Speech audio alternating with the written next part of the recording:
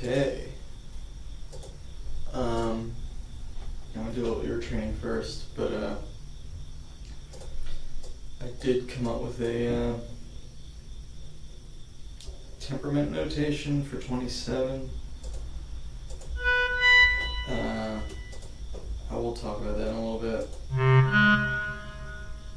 But I'm gonna start messing with it today.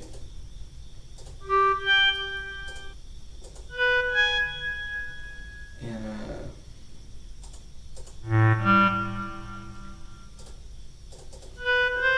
just kind of see how it feels.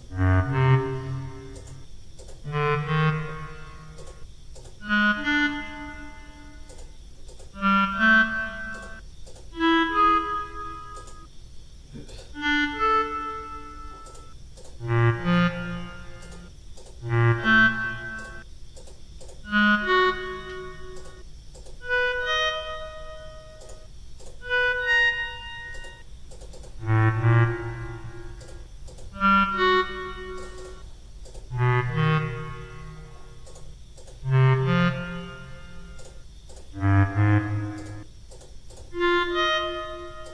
I'm doing the wrong one.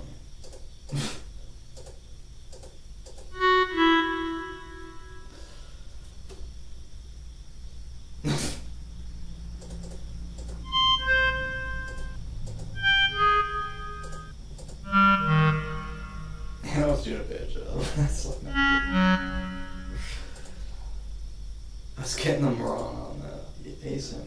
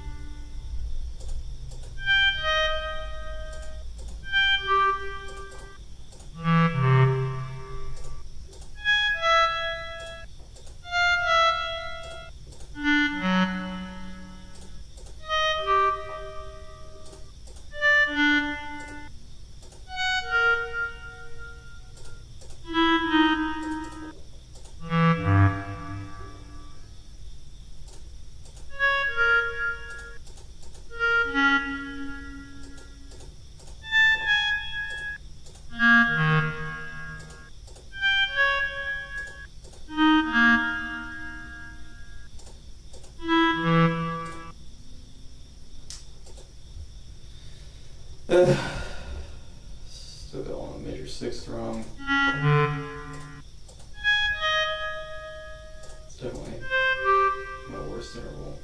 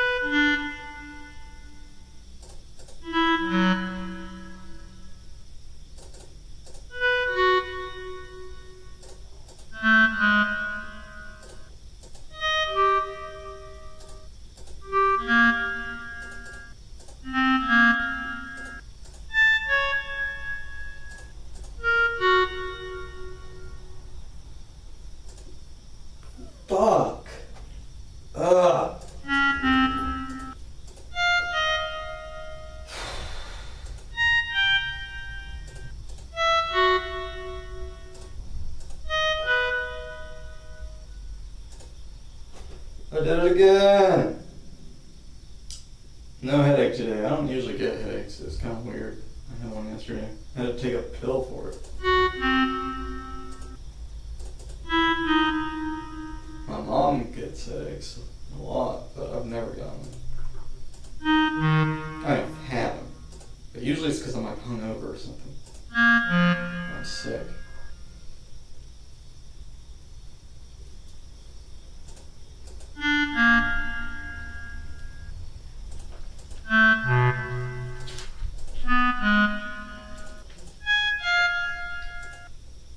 Man, fucking up. Yeah, how's it going, Chase? I really want to move on from this, but I don't want to move on until I get them all right.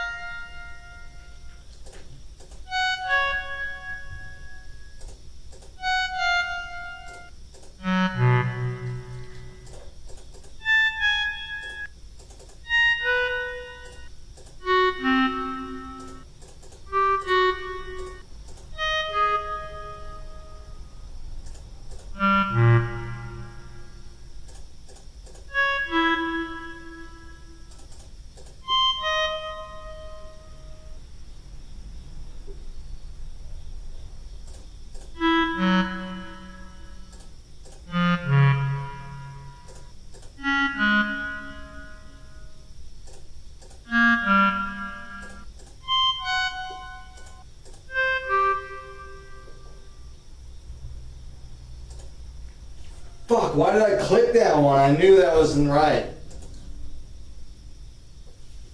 Oh, fucking shit, man.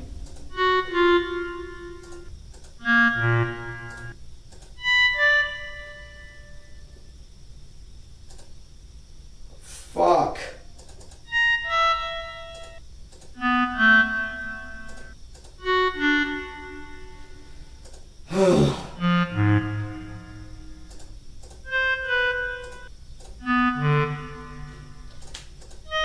I fucking got that one wrong now. Fucking shit, dude.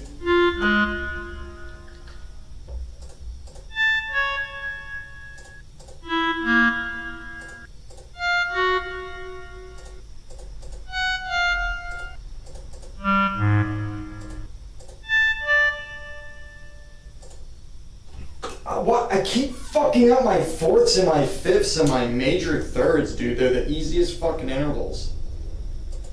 Well, not the easiest, but they're...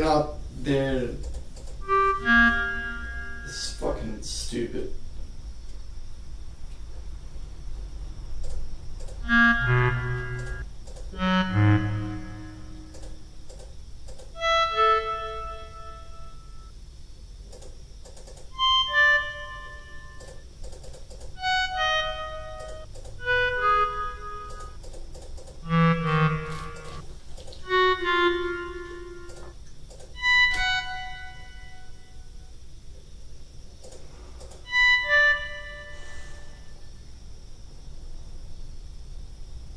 I think it's this. Okay.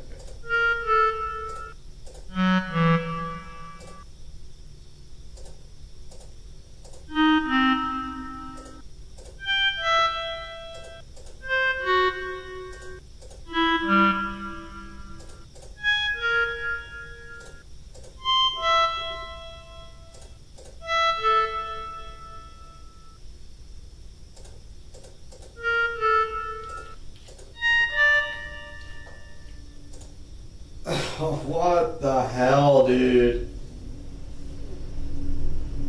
What the hell?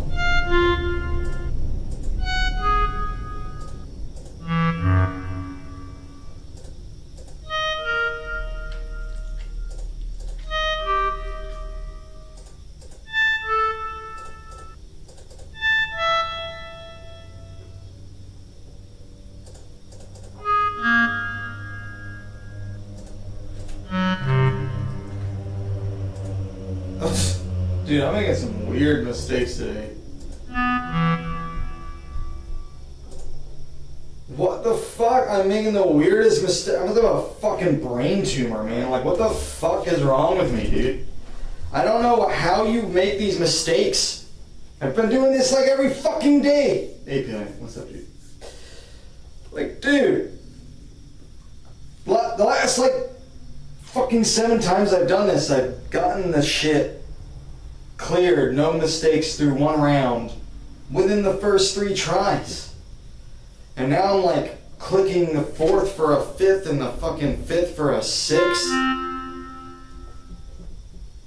I'm so pissed off. And it doesn't even feel like I don't know what it is. I'm just like, oh, it's that. And then I click it. It's fucking wrong, dude. It's just so fucking annoying. I fucking hate this shit, dude. It's the worst. The worst fucking year out of any musician. Ear training is suck on that sometimes. Learning hard. Dude, it's not always hard. Sometimes it's fun, but this shit, this is hell, dude.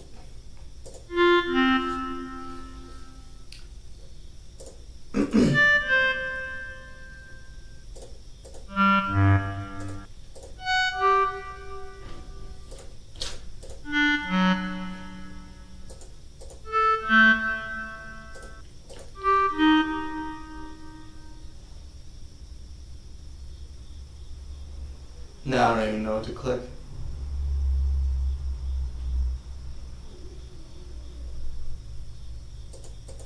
Okay.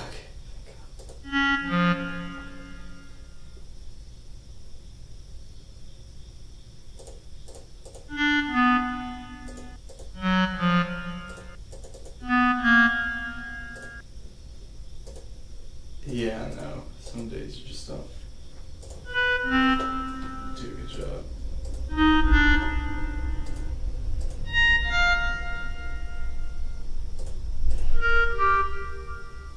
Some days you're just off.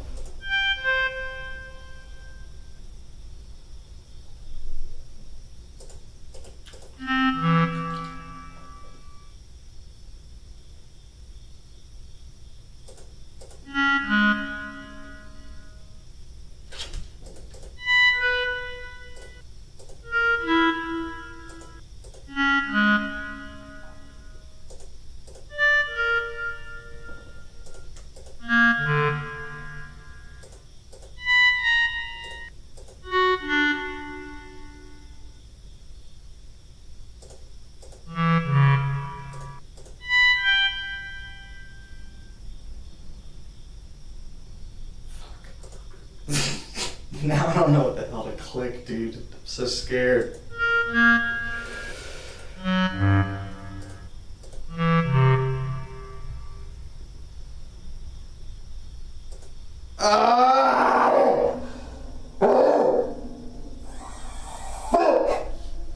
What the fuck, man?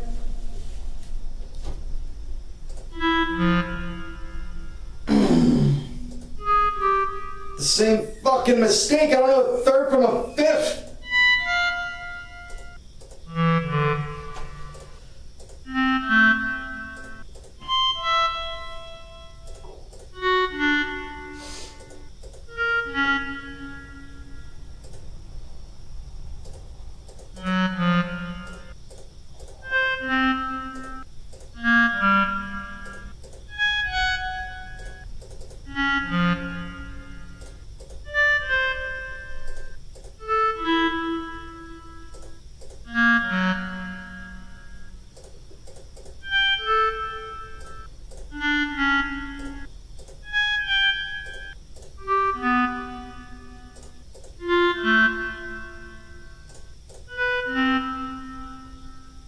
Oh, please. Why, God?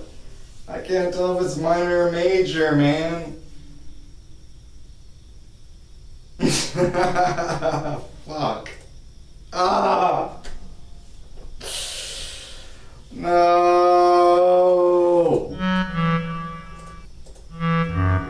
I just want to move on today. I don't want to do this all fucking day, dude. I'm gonna be here for 4 hours on this fucking thing.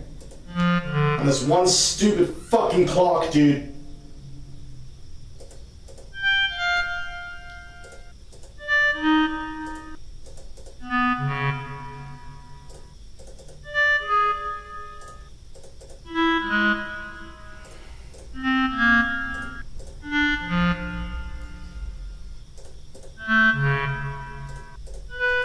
What the fuck? I'm making so many mistakes.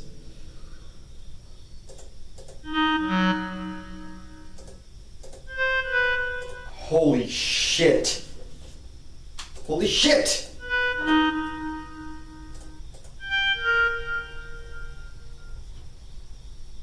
I don't even know what that is.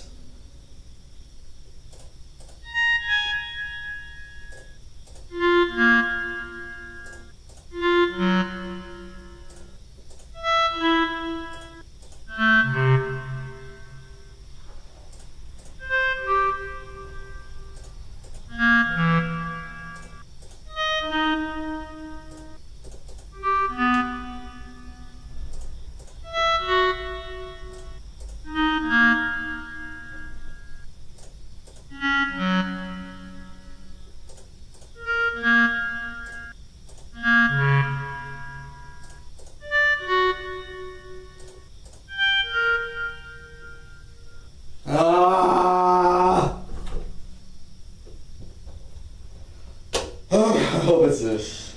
Thank you.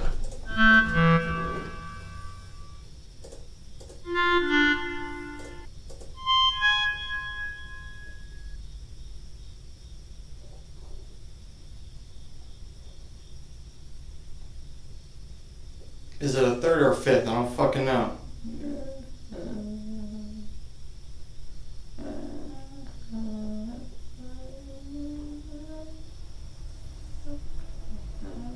I think it's the third. Okay.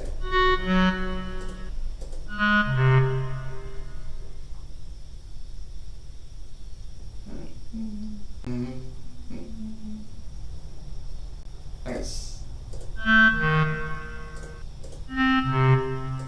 Okay, holy shit. Fuck. Ugh. Finally.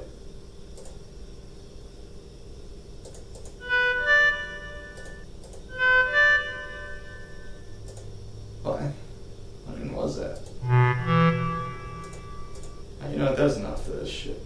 Alright, here's what I really wanted to go over is to come up with some chord names for 27.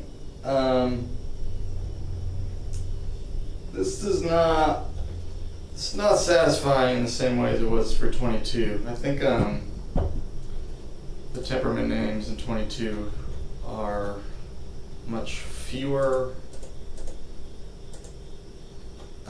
But I was actually like sitting down messing with the chords when I was doing it in 22, and this time I haven't even done that yet, so I'm gonna do that a little bit tonight and kind of see if the names make sense at all, like if the chord, I don't know. It's just, you have 25 types of triads and 27. It's just so much. But I did find temperaments that match all the chords. And they're not really, other than Mavilla, they're not really temperaments I'm that familiar with. So there's Mosh, there's Archiatonic, there's Dichoid, and there's Hyrulic, which I have to thank Nick Vucci for pointing that one out to me, because I couldn't find it on my own. And Machinoid. So,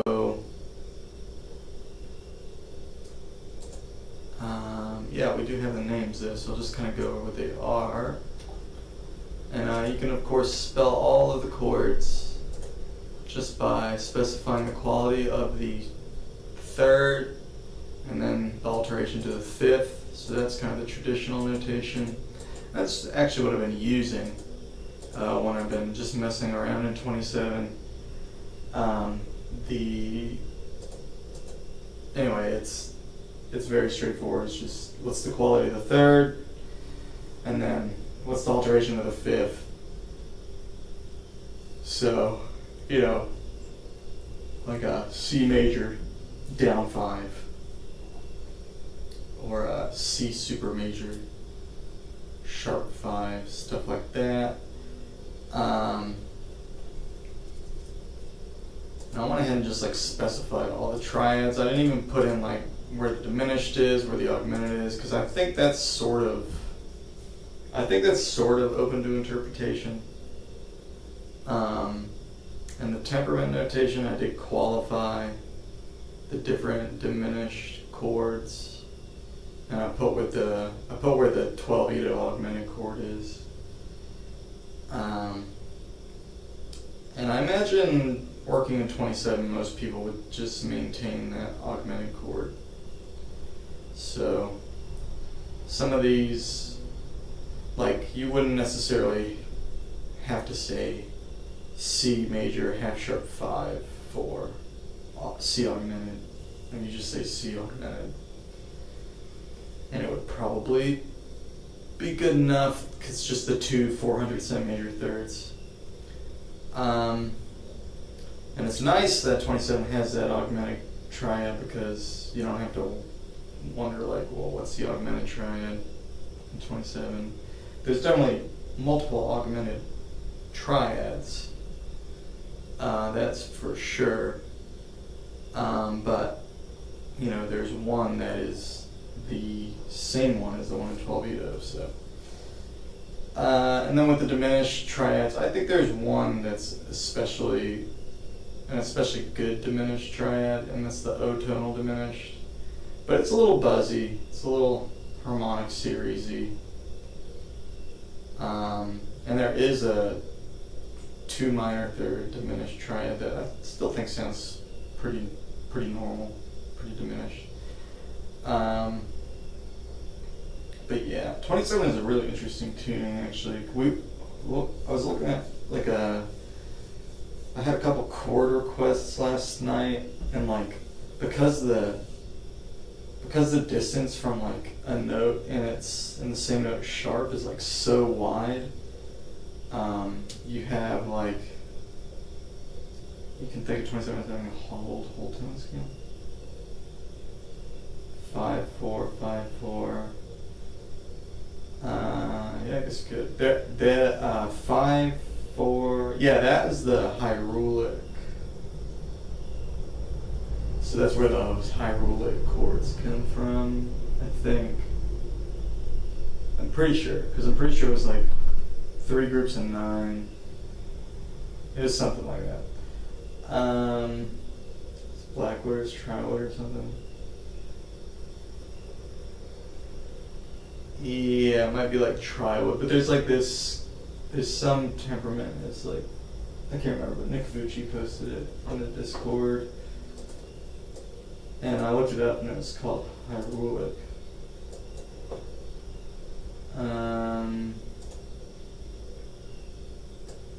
Yeah, the names that make most of the names, they're fine, they're consistent with the temperament notation from 22 equal. The only exception was these hyrulic chords. So I had 4. So basically, one thing about these temperament names that, people don't really know anything about this because we're kind of just making it up as we go along. But when you have 2 pairs of temperament chords, a minor and a major version, they have the same quality of thirds. So a mosh major and a mosh minor, they're both going to have a sub minor and a neutral. So that's just how that works. So the only exception was here, this hyrulic scale, the MOS scale. It had the 4 triads I couldn't find a temperament for. And I was kind of wondering if maybe that just didn't exist or what. I don't know. I don't know why. Like, Nick just sent it to me, like, as soon as I, well, not as soon as I, but I don't know where he found it. But, well, no, it was on the wiki. I don't know why, I just didn't notice it. I went through on the wiki and I, like, literally, like, was like, okay, I need this size interval and this size, and I was, like, going through all the numbers. And I just missed it for some reason. But, all 4 of those are in that Hyrulic scale, and 2 of them are super major major are the triads, and 2 of them are super major and neutral. So the names on those are a little different because I actually like wasn't thinking that much about it, and I labeled the neutral super major subhyrulic, and then the super major neutral superhyrulic, and then the other 2 with the super major is hyrulic major, and major super major is hyrulic minor. But the major and minor have a bigger 5th span. They both have a down 5. And then like with the subhyrulic, it makes sense. It has a half flat 5, or half sharp 5, I mean.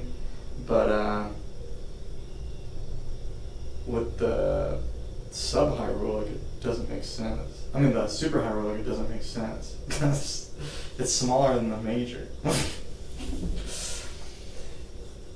But if I were to change it and go in order and alternate the 5th sizes, then like sub and minor would have different.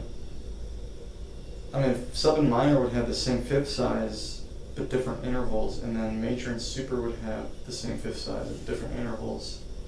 So I mean, I guess you could do it that way, but it seems weird that like major wouldn't flip to minor and that sub wouldn't flip to super. So I think, and the other thing is I could just come up with another extra term and make those 2 separate things, but I already don't know. I already couldn't find the temperament to begin with, and then the one temperament that was found had them both. So I don't know. And there's already so many names. So that's the one thing that kind of like feels a little like odd as far as the naming goes. But I mean, the whole temperament thing I think feels odd to a lot of people anyway, so and yeah, I don't know if I like it for 27 because it's a lot of it's just too much. I think with 22, at least for me, it's manageable because it wasn't hard for me to remember. But the other thing is, I sat down with the linnstrument and I came up with the names and stuff. Like when I was sitting at the linnstrument, I was looking at the chords, I was inverting the chords, I was doing all this stuff. And I think my experience doing it that way was, I don't know, it felt a little more organic. This time I was just like, well, can you come up with a temperament notation for 27? And as I started doing it, I was like, man, this seems bad, but I just decided to finish it just to see, because I mean, I'd rather test it and know. I'd rather test it out and know for sure that it's not even worth it than like just keep it on the back burner and just wonder. So I'm gonna try it out, and also I'll put it out there because someone might, even if I don't end up using it, someone might like it, and it could also be helpful for some other tunings, maybe simpler tunings, maybe more complicated tunings. But sitting through doing the math, you'll burn concepts in your brain versus trying to teach other people about it. Yeah. But yeah, the advantage of the temperament names is that you don't have to say up and down and sharp and all that for every single chord. That being said, if the temperament notation, if just figuring out what it is this convoluted process and it's confusing, it's hard to remember, and you confuse mosh and machinoid and blah blah blah, then it doesn't really justify its adoption, you know.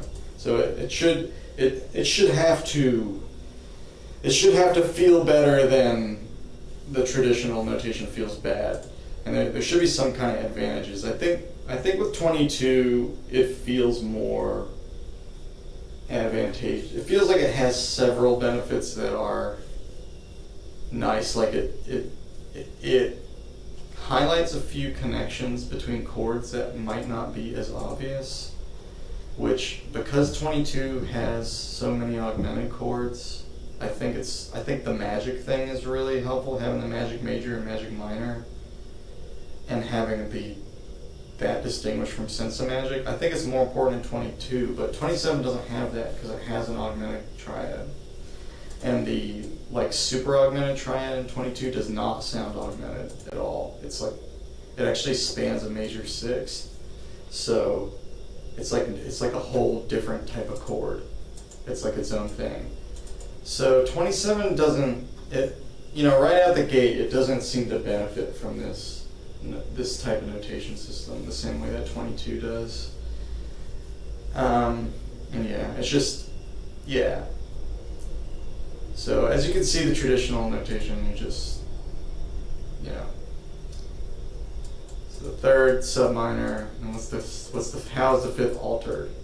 So again, compared to 12, it's annoying, but that's going to be true for any microtonal tuning, especially tuning with a lot of notes. But if you know how the intervals work, if you know what your perfect fifth is, it's 16 Edo steps, and you know the sizes of your thirds. You have to learn your basic stuff. That's just comes with learning these tunings. If you learn that, you can figure out the traditional notation, and it should be just fine. And I've been using that. I've been using the traditional notation in 27, and it's fine, And it's so many triads. I don't know that there's a better way. Hey, no, what's up, dude? I have been thinking though about what if there's another way, and I did go on a long rant about you know what I'm talking about, the size of your third. That's a touchy subject, I guess. But I did go on a long rant 2 streams ago where I talked about another alternative system that's possible that I haven't fleshed out, but I did get an idea. I did get a germ of an idea with this 27 Edo stuff, where you basically, you look at the polarity of everything.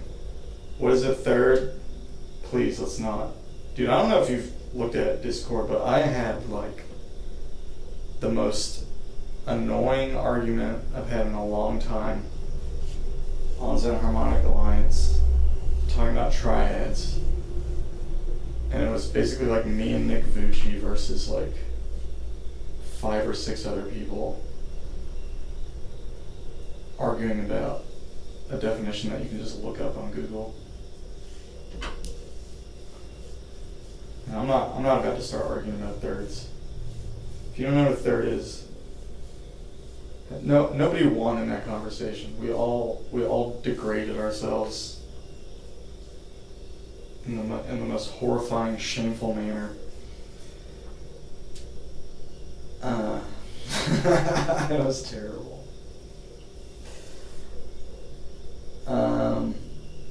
Tends to be an XA.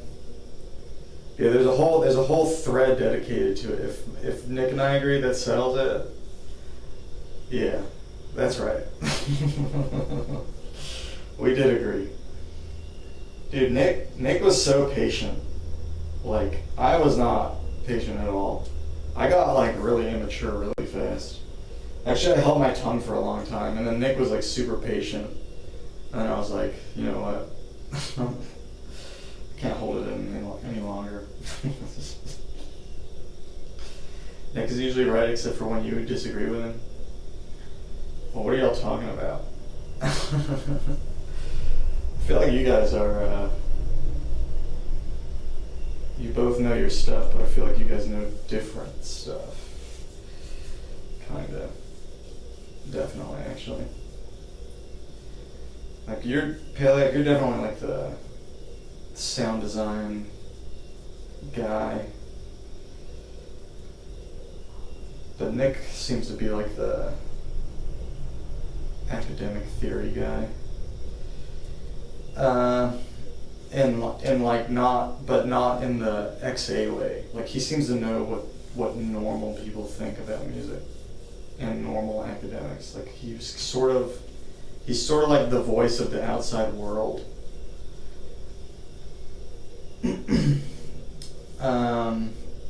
Which is great. I mean, I'm glad that there's a person like that who's like there and is a mod and people actually listen to him.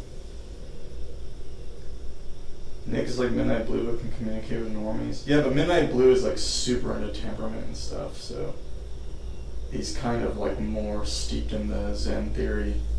Whereas Nick like seems to know enough of the theory to be able to talk to those people, but he's like, yeah, the debate is like not even worth reading. It's seriously embarrassing. But yeah, because it's really just a lot. Like it degenerates so fast, and it actually started in the 27 Ito thread, and I don't know. I must have either struck a nerve or maybe I was being rude and didn't realize it. But like, I was getting ganged up on like right off the bat, and then like it turned into this whole thing arguing about triads, and like that whole conversation was just like so fucking weird. I mean, internet arguments are always stupid, and that one was no exception. But usually I like just don't engage. But for some reason this time it like bothered me so much. But I think it's because my ego is like wrapped up in this stuff, and like I feel like I want to be, I want to do something for the community, or like I want to help the community become more friendly to musicians that aren't like just obsessed with math. And so I feel like I'm like associating with that role now, and so like this argument like really, like I'm identifying with that role now, and like that argument really like felt like a test of my resolve to actually do that.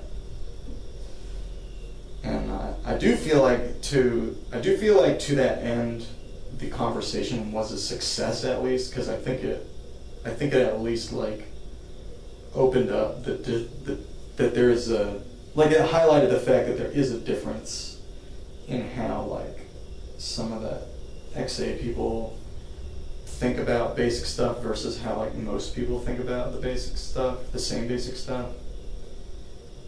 And like I think it also highlighted that like there is a Zen bubble, and that it can be easy for people who are in it to kind of just assume that that's how it is.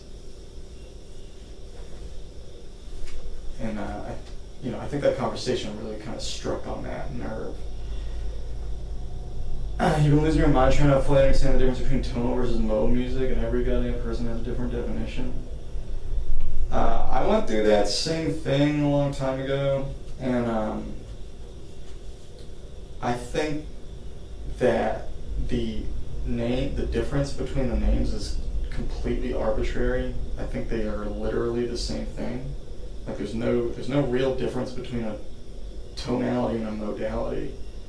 The only difference is that people take keys more seriously and think of them as more fundamental structures. And they are conventionally more relied upon, at least in Western music.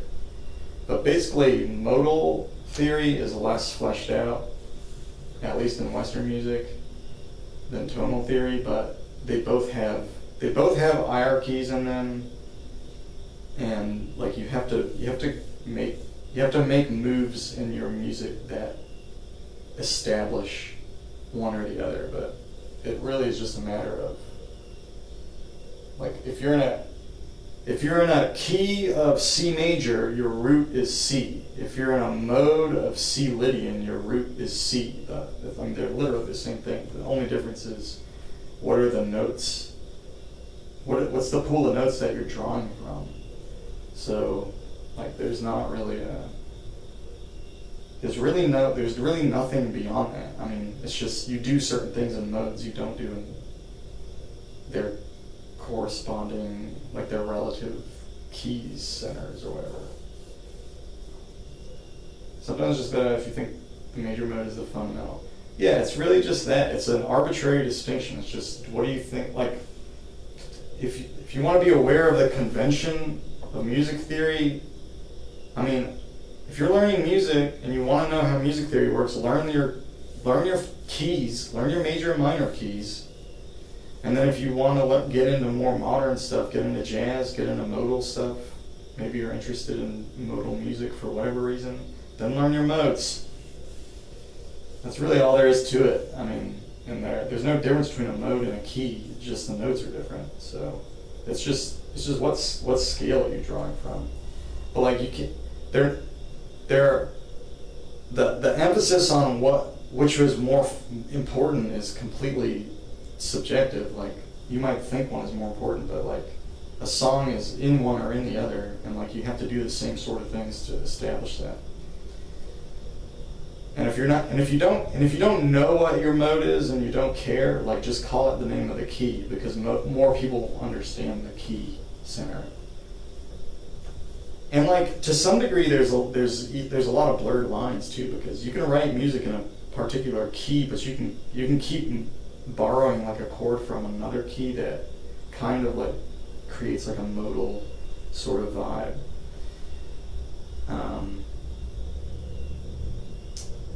And then you can use a note from a mode and not use it in a way that's modal. Like, if you're in C and you use the F sharp as like a secondary dominant to resolve to the G over and over again, it's not really going to sound like Lydian. Like, there's like certain conditions that need to be met for something to feel modal. Like, for something to feel Lydian, like, it needs to be rooted on the C, and there has to be that presence of that sharp 11 chord. And I think a lot of times Lydian also implies that major seventh. So like, those notes being emphasized is really important. I think the sharp 11 being emphasized is even more important than the major third being emphasized. And that's kind of the Lydian vibe. And like, you could write a whole Lydian piece just using like sharp 4 chords or whatever. And then like, you also have to like, I don't know, you also have to like not resolve the chords that are going to tonalize it. Because the other thing is, like, there is some justification that keys are more important, because most music is based on like a key center. That most music that we're exposed to is like based on a key center. So like, it can be really easy to establish a tonal center that's not modal. It just like sounds like a major or minor. So you know, a lot of times if you're writing modally, you have to like go out of your way to avoid like making it sound like a major or minor key. It's like thinking of major and minor scales versus thinking of it as Ionian and Aeolian. Well, that's another thing. Is like, I've never seen a context really for. Maybe there's a context for Aeolian, maybe, and that's that if you just do natural minor stuff. But even then, that's spurious. Like, I don't totally buy it. But I could see it. I could see, oh, you know, it's in a minor key. We're not using the major 5 chord.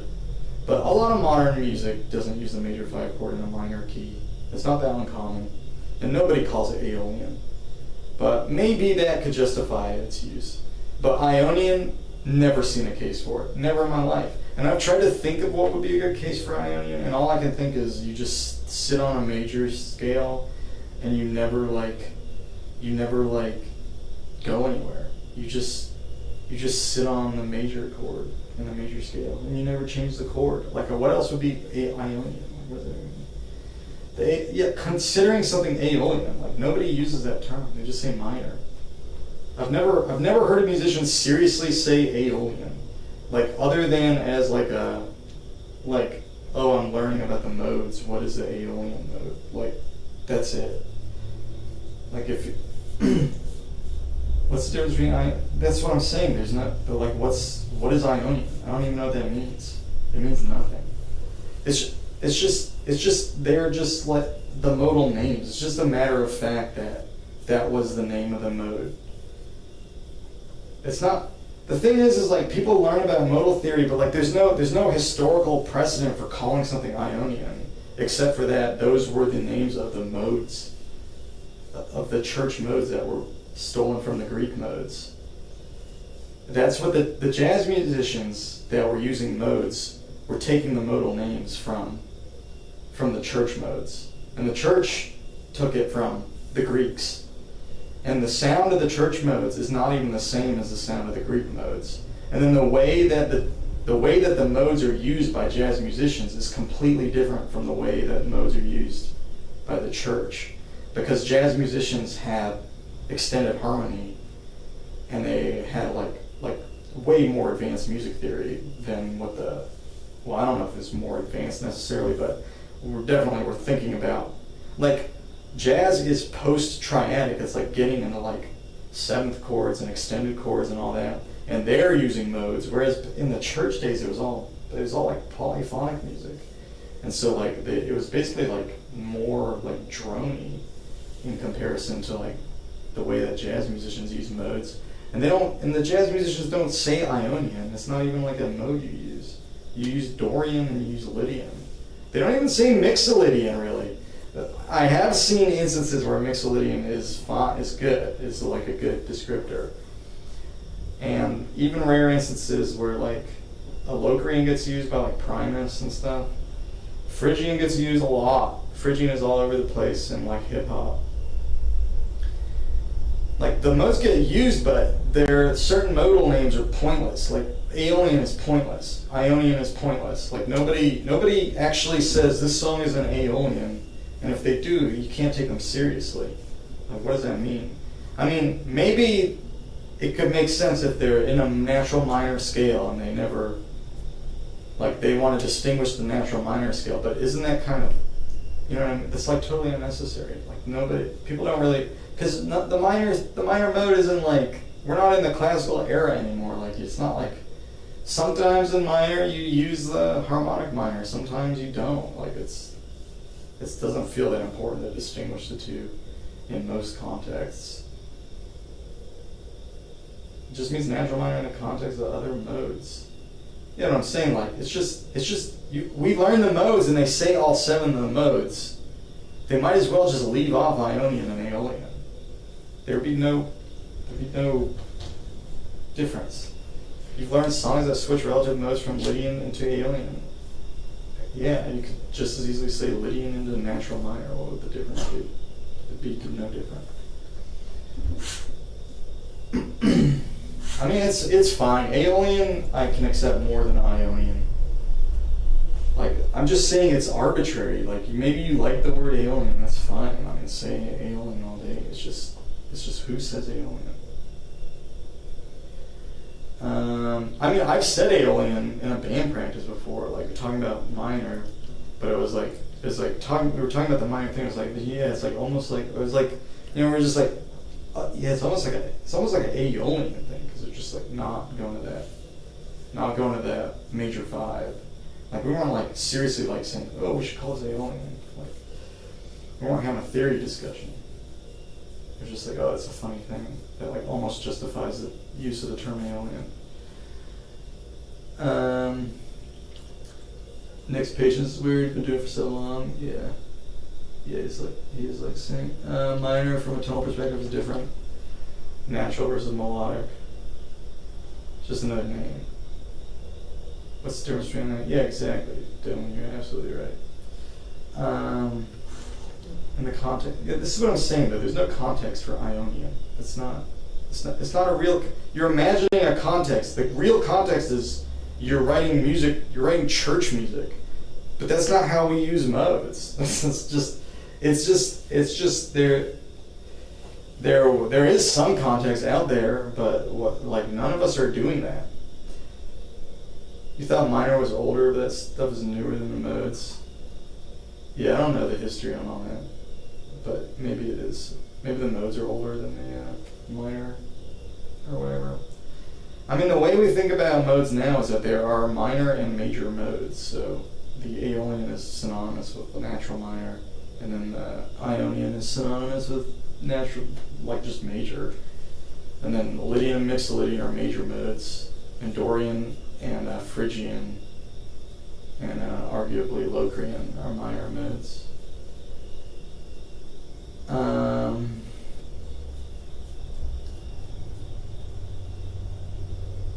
Some theory teaching seems to pretend we're still in the classical period. Yeah, it's very common.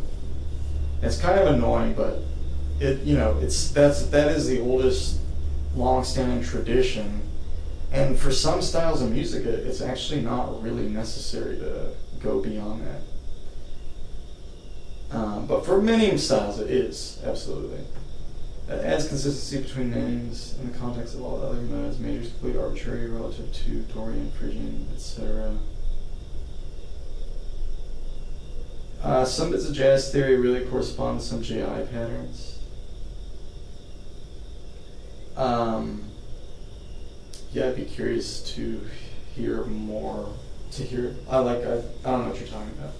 I mean, I'm not doubting you. I'm sure there is stuff there because it's all just sound works the same regardless. But I would like to know more about that. If you can share an example, maybe. You play a thing in Dorian and switch to major. In the context of you improvising and switching around different modes, you might call it Ionian instead of major. It's a synonym, but one word makes a bit more sense in the context compared to the other ones. Alright, that's fine.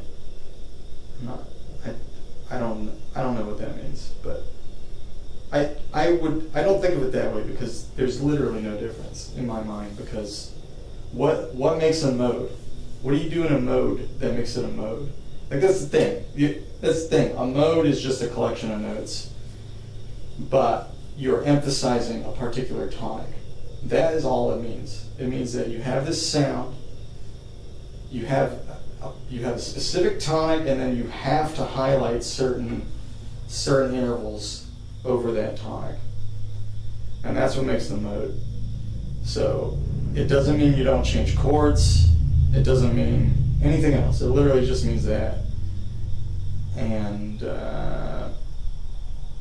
for the most part, people tend to think of keys as larger structures, but that's sort of, I think, kind of subjective.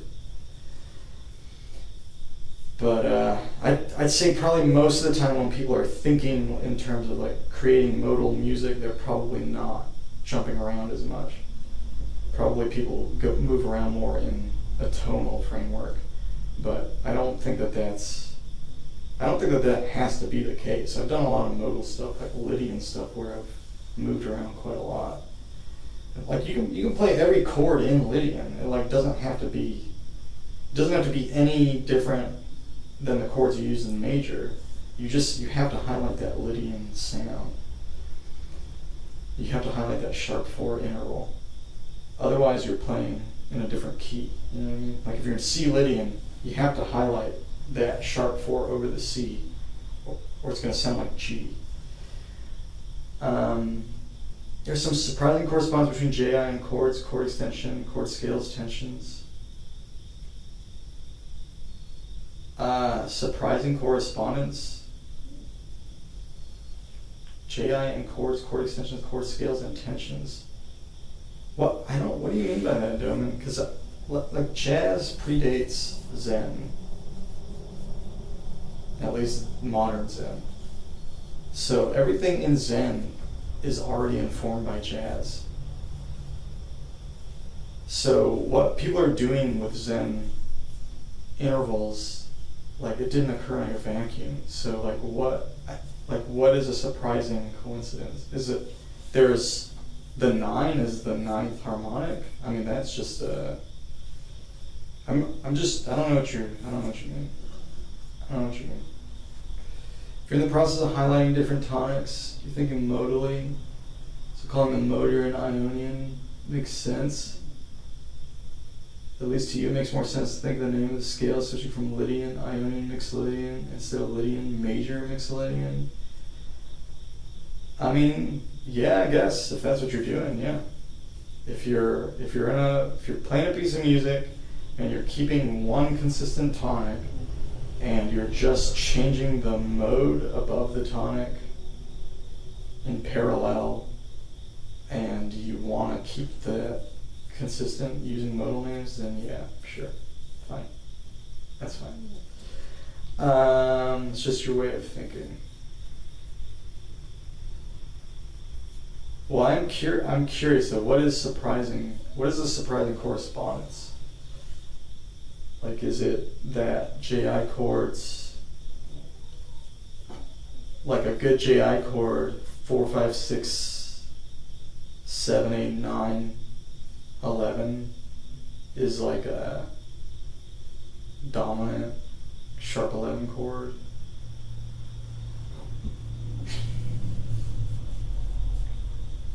You found parts of jazz theory can be applied to JI scales, and you can generate chords extension scale over that by tensions and a bit of math. Oh, I see what you're saying. Okay, that makes more sense. That makes sense to me. You're saying that you're surprised that you can apply jazz theory to JI. Okay, yeah, that makes sense. Yeah. Yeah, that's cool. Yeah, like when I've done JI, I basically I've set up a scale and I literally just think of it like normal, and it works just fine, but the notes sound different. And that's kind of how I approach every microtonal tuning. Alright. It was vector graphics basically started it. Yeah. But yeah, I was so frazzled by all that. That's probably why I'm so argumentative tonight. Because I've just been in this mode. I thought I was going insane. I literally looked up what is a triad in music like 8 times.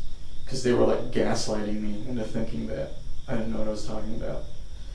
It was so annoying. Yeah, vector and kite. I know, dude, and it's very weird that, I mean, gaslighting crew, is that, you have a name for them? Is that what you call them?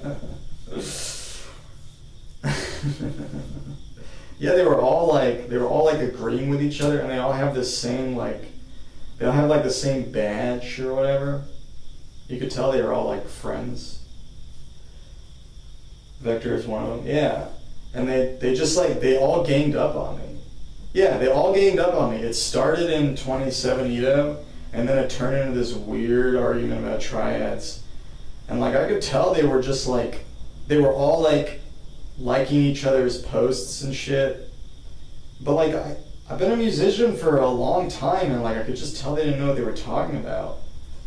And they were just so convinced. But they were so convinced that I literally was well, I don't know, maybe I'm wrong, maybe they know something I don't. So I looked it up 8 fucking times, dude. Yeah, that was the thing. I thought they were being serious, but then I realized that Vector is just trolling me. And then even when I call him out on it, he's like, "What do you mean?" And other people are taking him seriously, and it's really annoying that this guy behaves this way, because he's editing all the Kite's shit on the Wikipedia, and Kite actually does shit for the community. And if the wiki editors don't think that some guy who's you can't even tell when he's trolling or being serious, and says just basically just nonsense, they're just letting him edit the wiki. And more people, it seemed like there were more people on Vector's side in that Kite thing than on Kite's side, even though Vector's done literally, I mean, maybe I'm wrong, but it seems like Vector's done nothing for the community of value. I don't mean to be rude. Maybe he's made some compelling edits to the wiki, but I would be very surprised based on my conversations with him. I think he should be banned from editing the wiki. He shouldn't be allowed to edit the wiki, man. Like, can he be a member? Sure. Like, you should be allowed to be a troll. Otherwise, we'd have to ban most of us. But, like, you shouldn't be able to edit the wiki if you can't be serious, or if you can't tell if a guy's serious. Like, what is that? I think there's so many people in the Zen world that want to be they want to use the newness of it and the novelty of it to be like be an authority on it, and then like when they get involved they realize that actually I had that too when I first got in. I like imagined there was like nothing to it and that it would be so easy to like, write my name on a bunch of shit. But then when I started learning about it, I realized that there was like way more to it than I expected, and that it's actually like way harder to do something significant in it, and that a lot of work has already been done. And but I just said, well, shit, that's cool. That means there's more for me to learn and do. So, and less pressure to like make sense of everything on my own too. So I'm glad, because I really just want to make music.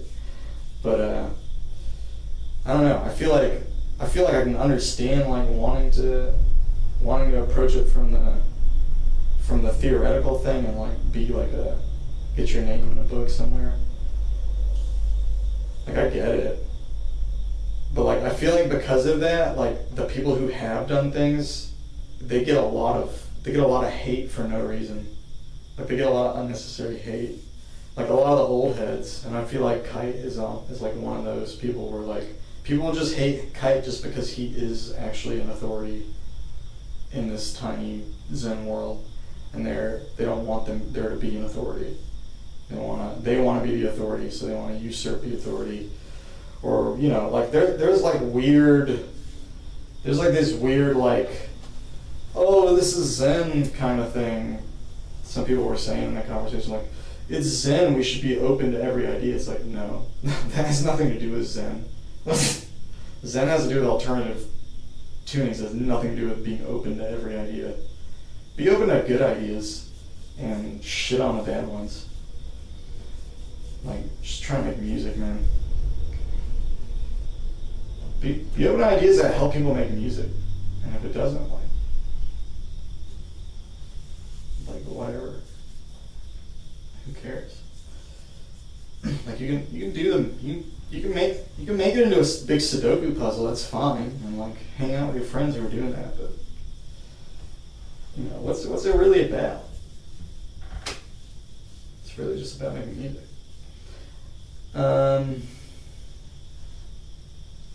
Yeah, you've been ranting about this a long time, Doman, and I. Yeah, don't call your Sudoku music. Yeah, I probably got that from you. But yeah, no, after that experience, I think I appreciate you even more, Doman, because you've been saying this shit forever,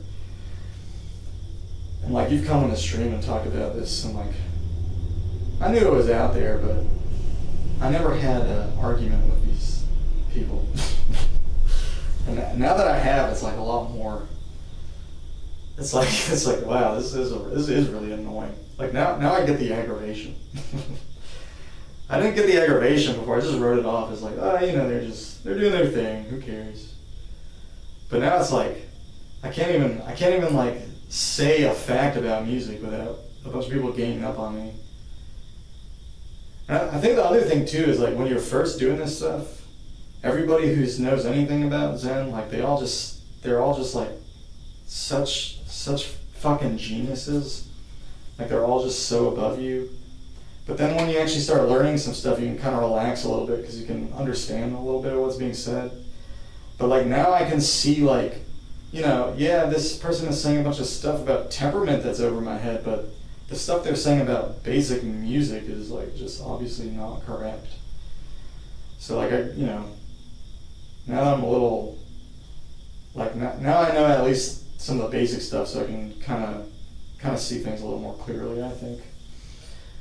I think I'm not putting everybody up on the same pedestal, but I'm also kind of disappointed in the community, to be totally honest. Like I don't know.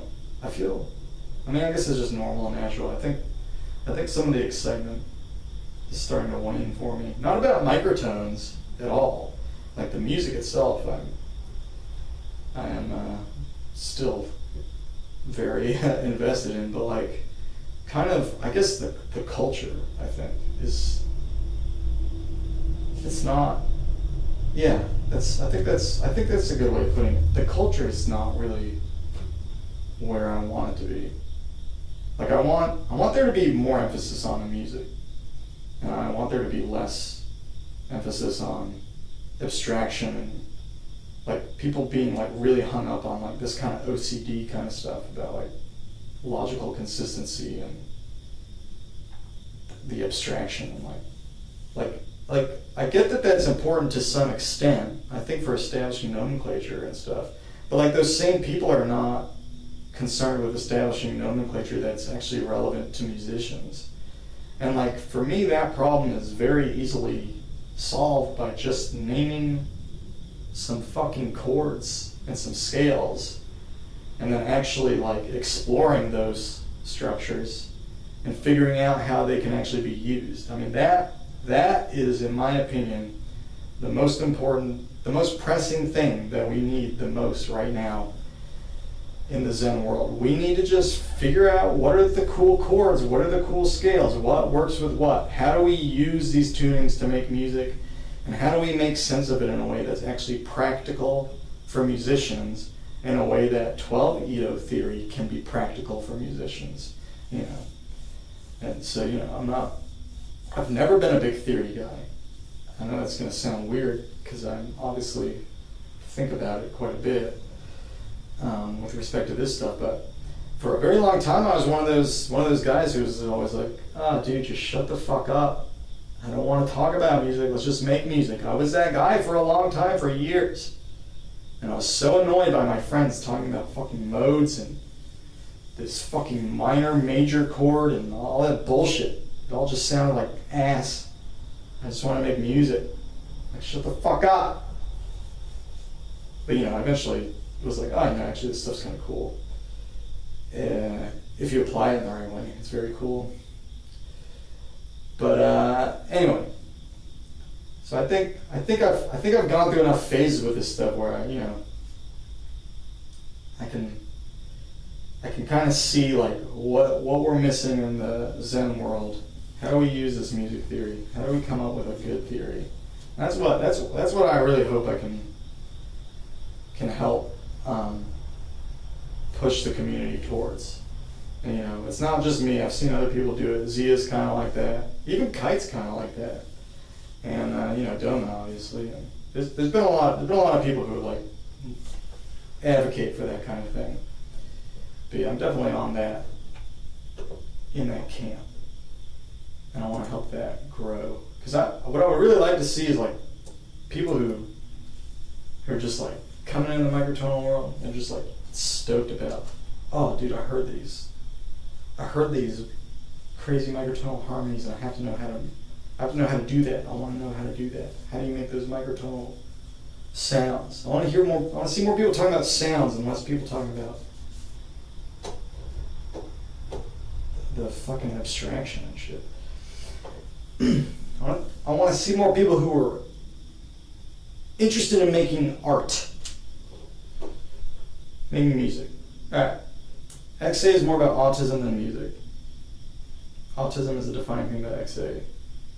It's socially inept teenagers, assuming large teenagers, finding purpose in putting their names on the nerdiest subject imaginable. Well, the worst people are actually older. Kids just follow.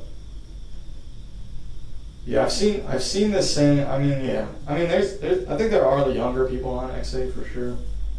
Like, I'm probably one of the olds on there.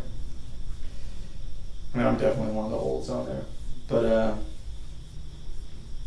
yeah, I've seen people of my age who are I actually think there's more young people who think more like I do, who are more interested in making music.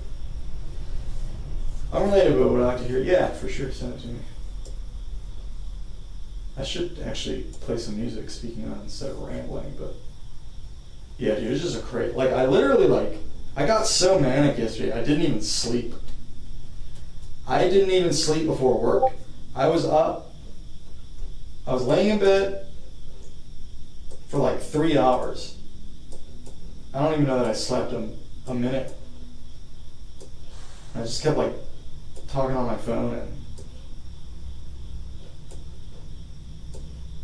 I took a nap after work, so I have slept, but yeah, I've just been so frazzled about that whole fucking thing. Mr. Gill, 666, what the hell? This is amazing. How can you put 666 on a 22 Ito thing, dude?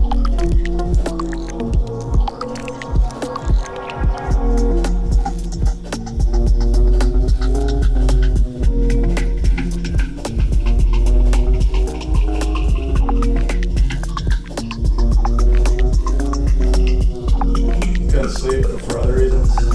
Hope you're doing alright, dude.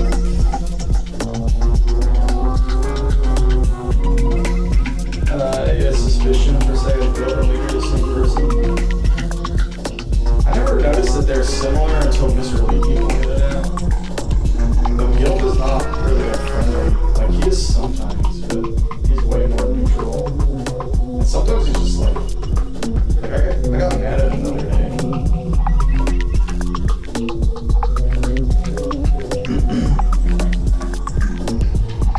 Because he was just like, I was doing something and he was just basically like telling me to do something else.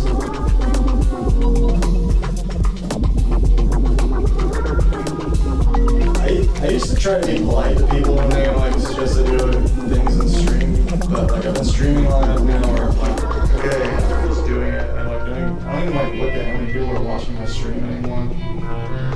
It's just distracting. Because the number's either too low or too high. Regardless of what it is, it's just distracting. So I never even look at it. I just do my own thing, and like, if I'm, like, a day like today, I'm so like fucking loopy and frazzled, like, this would be a good day for people to come in and ask me to do random shit, or just shoot the shit with me. So that's where I'm at, but like, I try to be focused on stream and actually do something productive.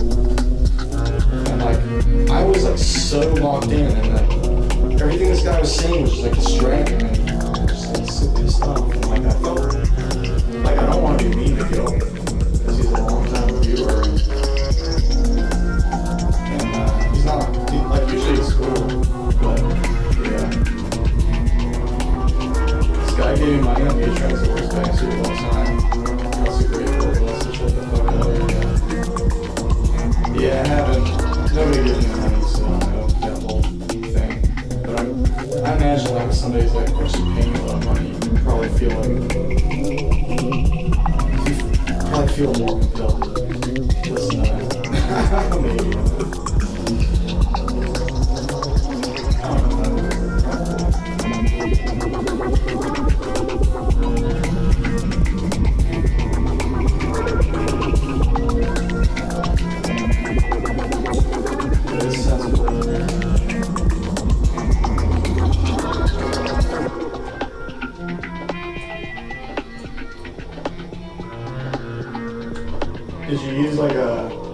Did you use a special scale for this one, or were you just messing around in 22?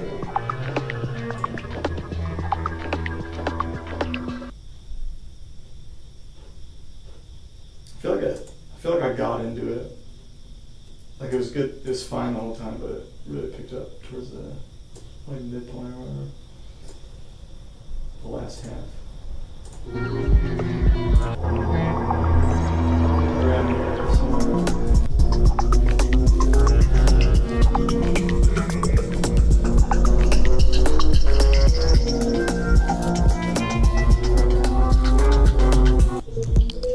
Pick up scales. Nice. Yeah. Dude, me and like my old friend who plays guitar, like we would like just send each other scales. Like mostly he would send me scales, but yeah, we would send each other scales like in like rhythms and stuff, like all the time. I'd always be working on something, but like he would message me and I'd just check my messenger and be like, oh, have you ever messed with this scale? And like I learned so many scales just because he would like nerd out about some scale. Like usually he was like working on a video or something. But yeah, I would end up learning the scale and practicing it in a bunch of different keys, and sometimes I'd actually write something with it. But he would like take a concept like that and he would like come up with a whole like little etude just about that. Like he would like write a whole thing in just that scale. And I'm like less, I have a hard time doing stuff like that. It's more like I'll end up writing a song like a year or two later, and there might be a section in the song that like uses that scale or something. And that's pretty much it. It's like I end up like spending a lot of time learning a thing for it to have a bearing on like a very small fraction of music.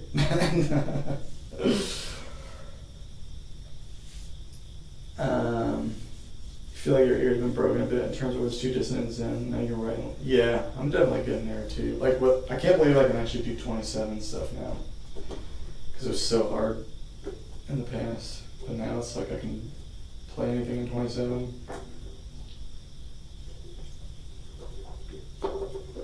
Alright, cool. So yeah, let's get to it. So I'm going to take my chart with me. And 22, 23 feels like a small Edo.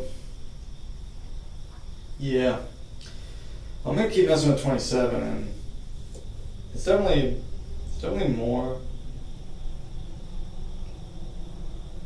It feels easy to write, and there's like, what, 7 needs to be? Oh, really? That's nuts. I never really used 7, you know. Excuse me. Yeah, I take my little chart with me, and kind of look at these chords and stuff. Pancakes or waffles? I prefer eating pancakes, but my dog's name is Waffle. Waffles are really good, actually. Like if I got to choose right now, I'd pick a waffle, but I don't know. I do like the crispiness, but I don't know, dude. Pancakes.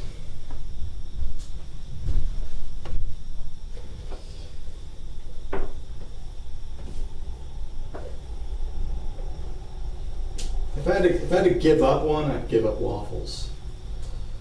Put it that way.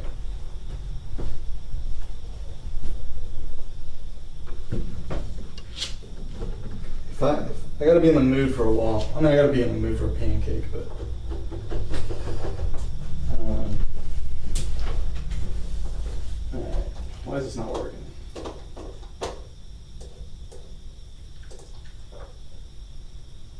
What the fuck?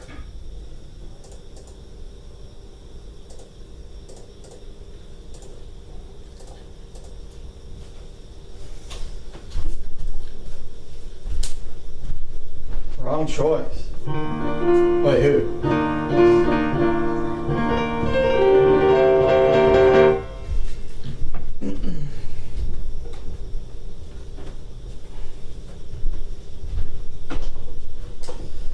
Okay, so these temperament chords. The chords. Let's see. So we have, I think what I'm going to do is I'm just going to go over the temperament names, play the chords, invert them, maybe try to learn the temperament scale that is associated with. I might save that for later though, but I did write them down, so I could do that, I guess. There's just so many. 22 felt like a breeze compared to this. Actually, kind of in a way it didn't. Actually, it was way harder because I had no idea what I was doing. Here, I'm just kind of like trying to copy and paste. But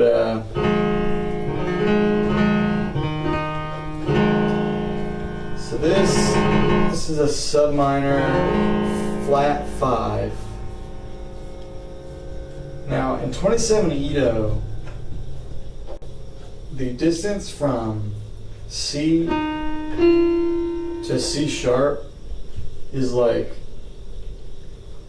170 something cents. So basically it's like a minor whole tone.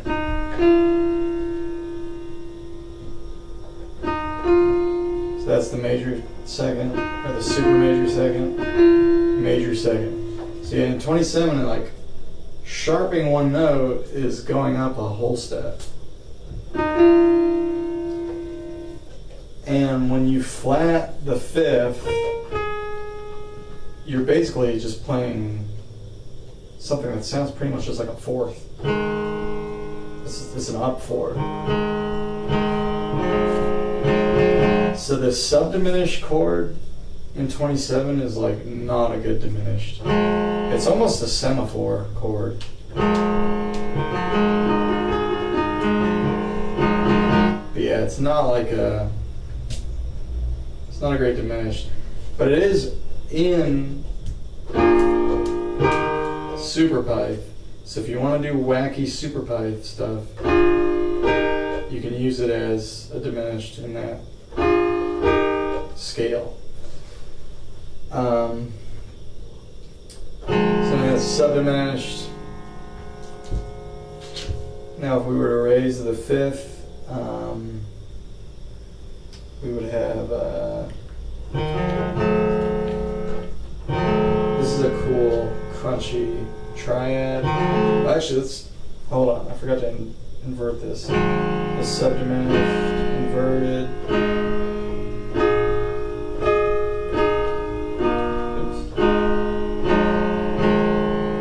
Try to find the arpeggio too, why not?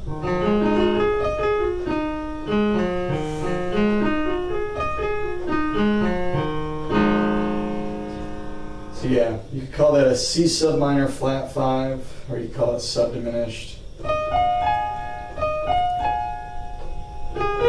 think even if you don't use temperament notation, you could probably just call it sub diminished, why not?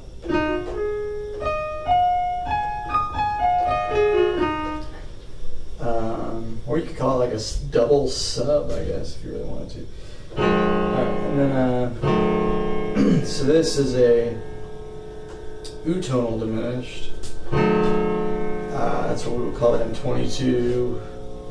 I think we call it that in 19 as well. It's got a nice crunch to it. Does it work well as a diminished substitution? So,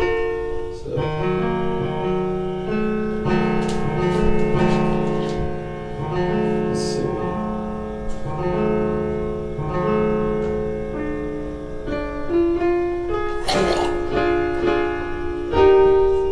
Yeah, I think it works fine.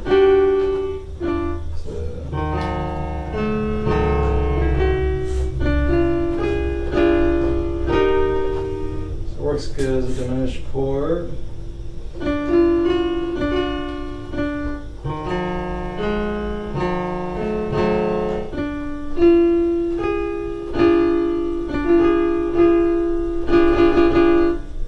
So that's right? Yep. Yeah, it works fine as a diminished. It's good diminished. It's got a nice crunch to it. Let's invert it. It's cool.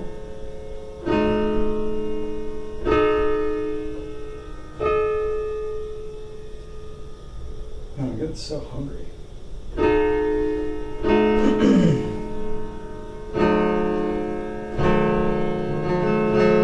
Yeah, it's a cool chord. It's got a very nice, very pleasing crunch. Alright. So yeah, that's the utonal diminished.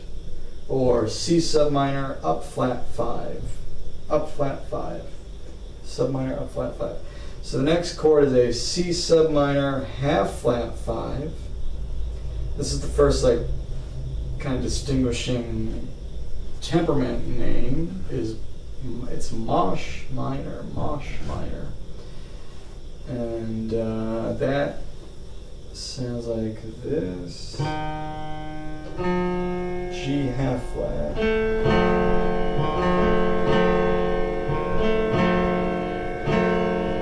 So that's got a sub minor third and a neutral third.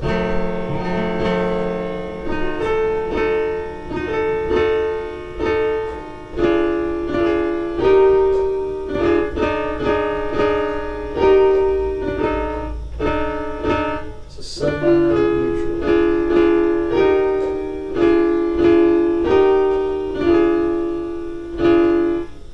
And that sounds pretty diminished too.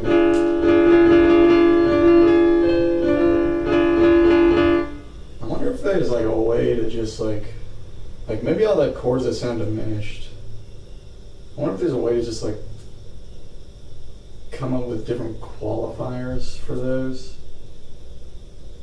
It'd be cool if there ends up being some like symmetry in terms of the sound and the organization between the diminished and the augmented, where you could like come up with a qualifier for both that's like that you could use on both. Then you could just have like a bunch of diminished chords that are qualified and like a bunch of augmented chords that are qualified. I think like that is like a good diminished. But let's see how many good diminished we have. I would almost think that this one is like not good. I guess it can work that way. I think maybe if you voice it where it, I think if you go descending it works a little better. I didn't even play the right chord. What am I doing?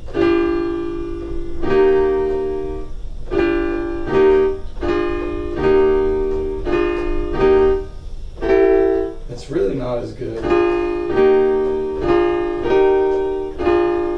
I think it works if you put it on B natural.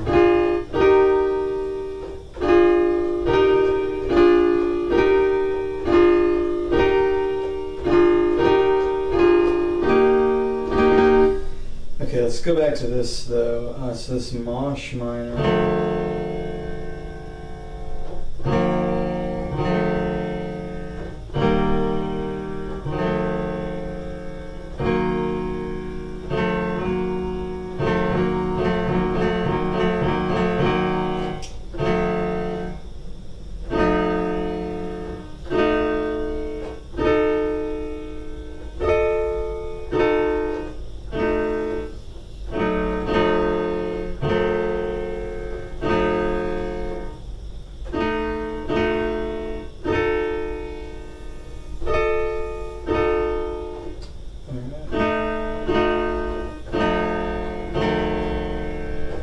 Cool.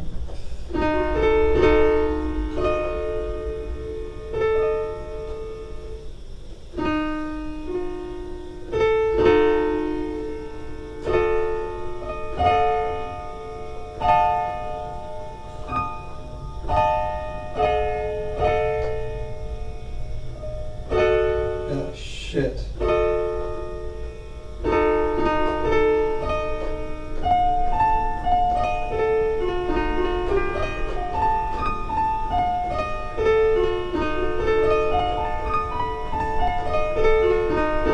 Maybe 27 has too many chords, you know? You gotta go, later doing. Like having like, I don't know, having like 4 or 5 different chords that are like the same, like what? I mean, obviously you don't have to use them all. I guess usually when people get into larger tunings, it's not because they're interested in trying every combination of chord that's available. It's usually just because they're specific chords in there that they can get that are intonated the way that they like. But I don't know. I do think that kind of weighs against an Edo. If it's just like, I don't know. It doesn't feel concise. Like if you have a lot of distinct categories, but a lot of them are just interchangeable, like what's even the point? Like I do like that in 27, the major and the super major feel very different. Like that, I think a weak point of 22 equal is that its super major is like, it's trying to be a major but not succeeding, or even in some contexts trying to be like a sus chord, not quite succeeding. It just like feels like a bad version of other chords. But in 27 it almost seems like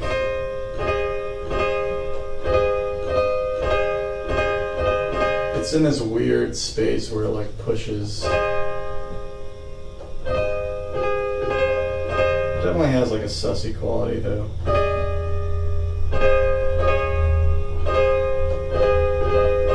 But I guess it's the fact that like the super major does not.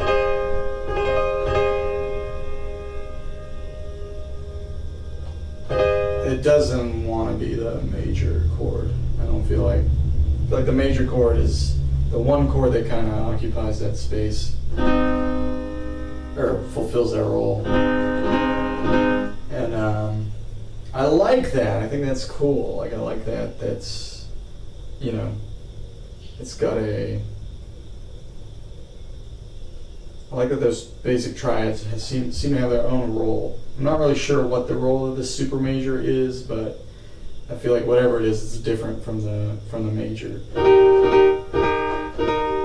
Whereas in 22, I still don't really have clarity on that. I kind of just like, I mostly use the major triad in 22 as like some kind of suspension, or I'll mix it in with some other notes and use it kind of like as a major. But yeah, it's just, I don't know. But at the same time,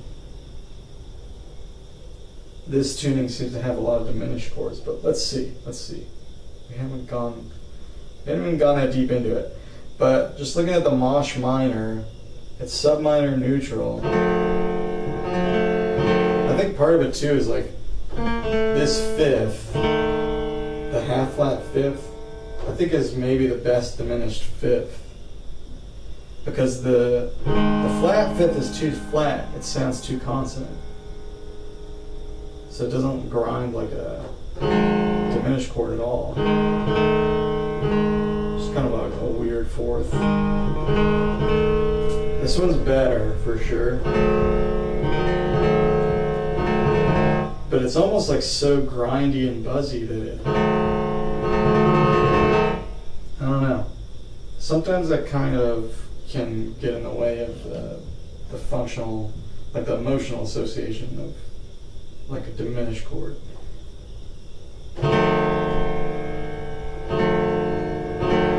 This one's got the good fifth, but the sub minor third is like so placid in that. Yeah, I don't know. So none of these so far are like ideal.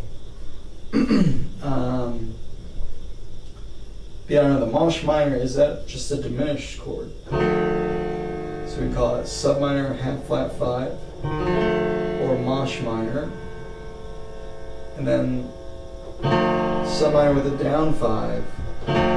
This is actually in Mavilla, 9 Edo Mavilla, calling that Mavilla minor.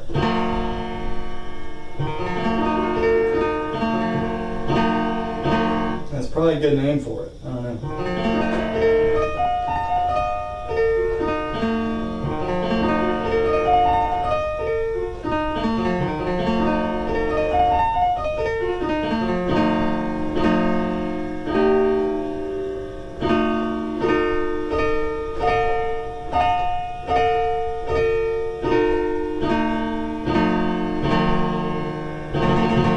So sub minor down 5, or Mobilla minor. Then of course, plain old sub minor.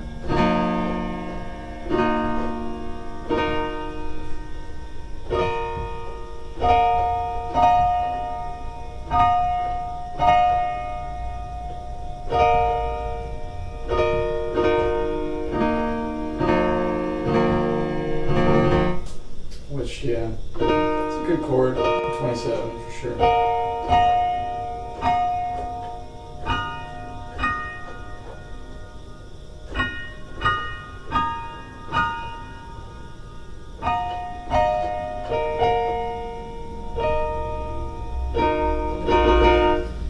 Alright, and then we have C minor up flat 5, which is the O tonal diminished. So now the size of our the size of our third is going up an Edo step.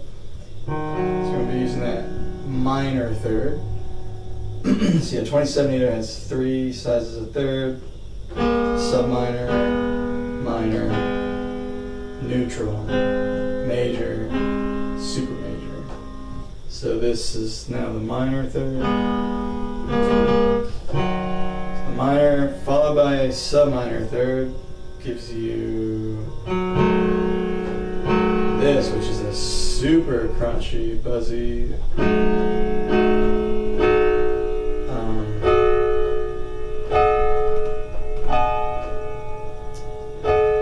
diminished chord. This is the O tonal diminished. Yeah, I guess it's pretty decently in tune because both of those intervals. The 6/5 is only like 4 cents flat, I think, in 27, and then the 7/6 is like almost perfect. So yeah, that's a very, very in tune, only 4 cents off.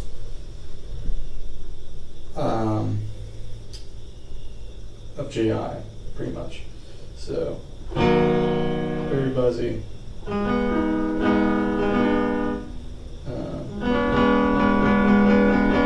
And it's part of that dominant 7th chord. It's the top part of the dominant 7th chord. This is why part of why this dominant 7th chord sounds super, super buzzy in this tuning.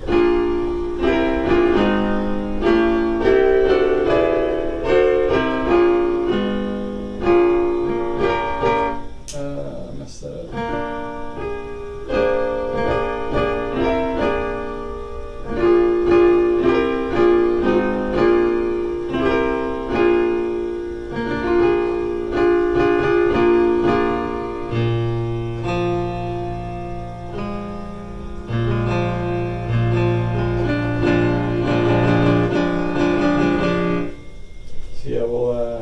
Invert that a little bit.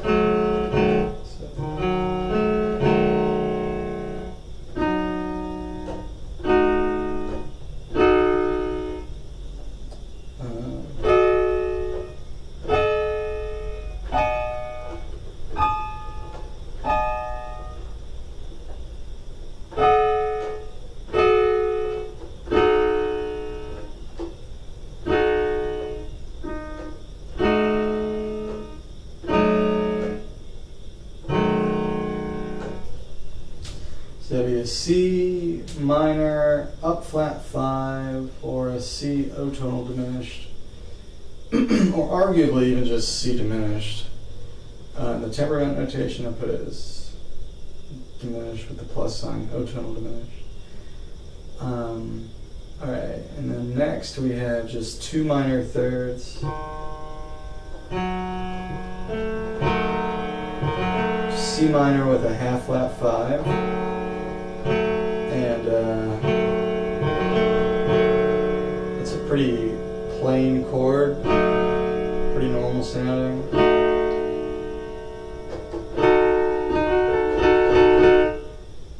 Yeah, I think just calling it diminished is probably fine. The other ones are, like the O tonal sounds cool, but it's very buzzy. So like this one is a little.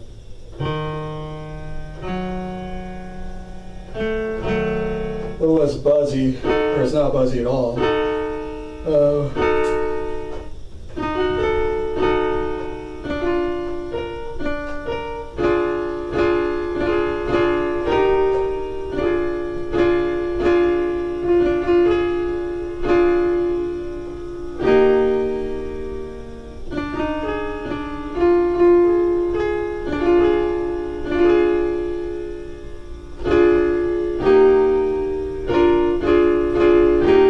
Sounds like a kind of like a 12 veto diminished.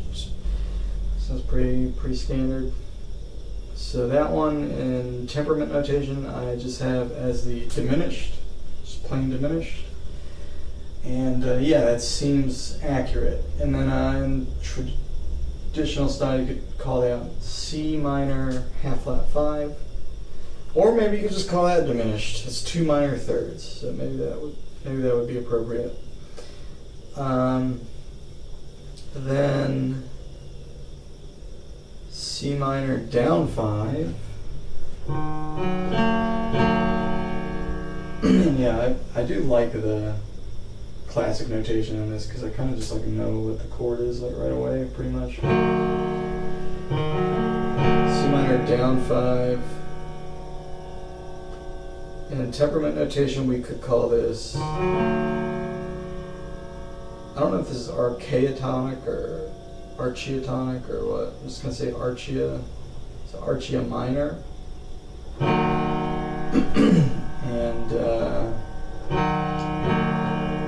it's a minor third with a down 5. Minor triad with a down 5.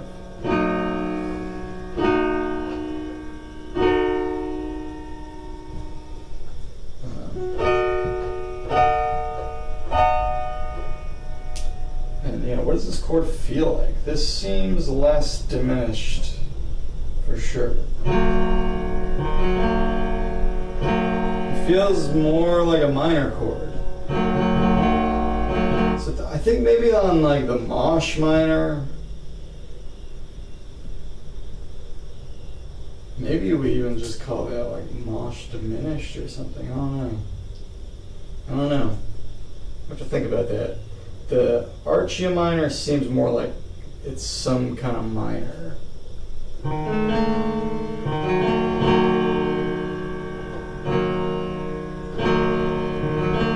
It's definitely in that space between like minor and diminished, but let's try to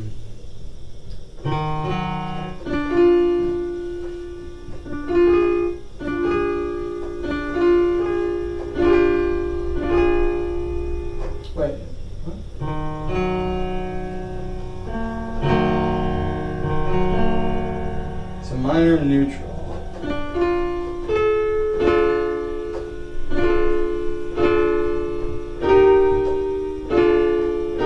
Yeah, I think it's like getting outside of that diminished range.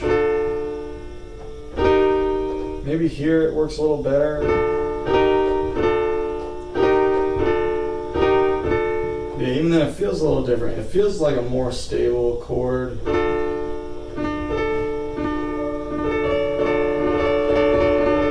I think classifying this as some kind of minor of its own makes a little more sense in terms of the sound. But yeah, you could also just call it C minor down 5. Be totally fine. Or archia minor, possibly. And then C minor is next. Well, let's actually invert that chord a little bit first. So we had...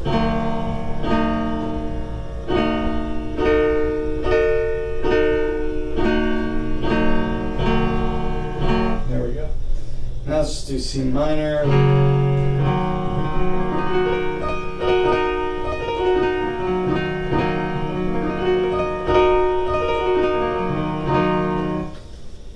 Yeah, nothing to write home about, but pretty decent minor triad there. I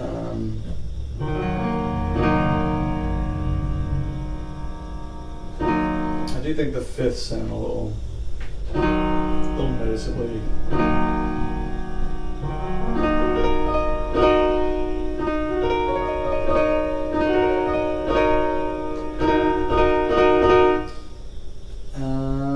Okay, maybe not the most stable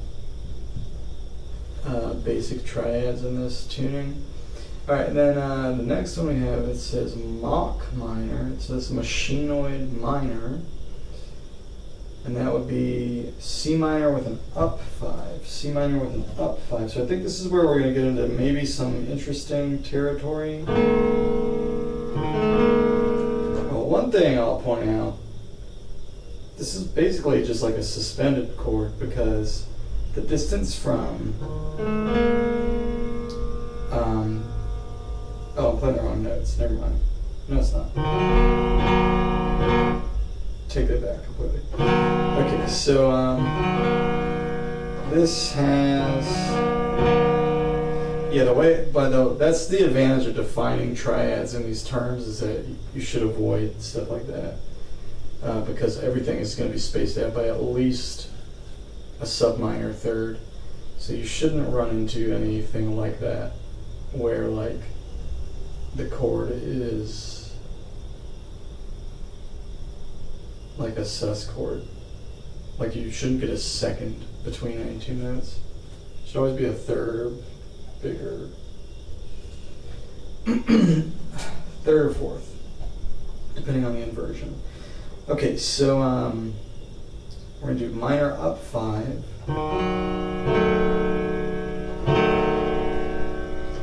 That feels very minor. Feels very minory. It's got an interesting crunch to it. That's the wrong chord. It's diminished.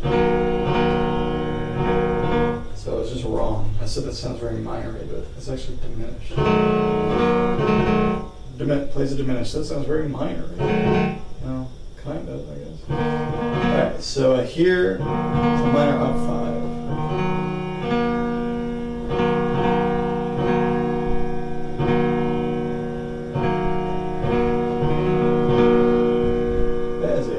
Chord.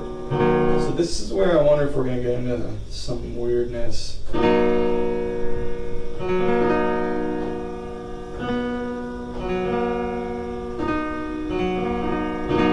So this inverts, yeah, okay, that makes sense. So yeah, the Mosh minor inverts to a machinoid, which is 2 super major thirds. So basically, if the 5th span of a triad is greater than a perfect 5th, it's going to invert to other triads. Meaning it's going to invert to a chord that can be expressed as a root position triad on a different root than the root you were just playing. So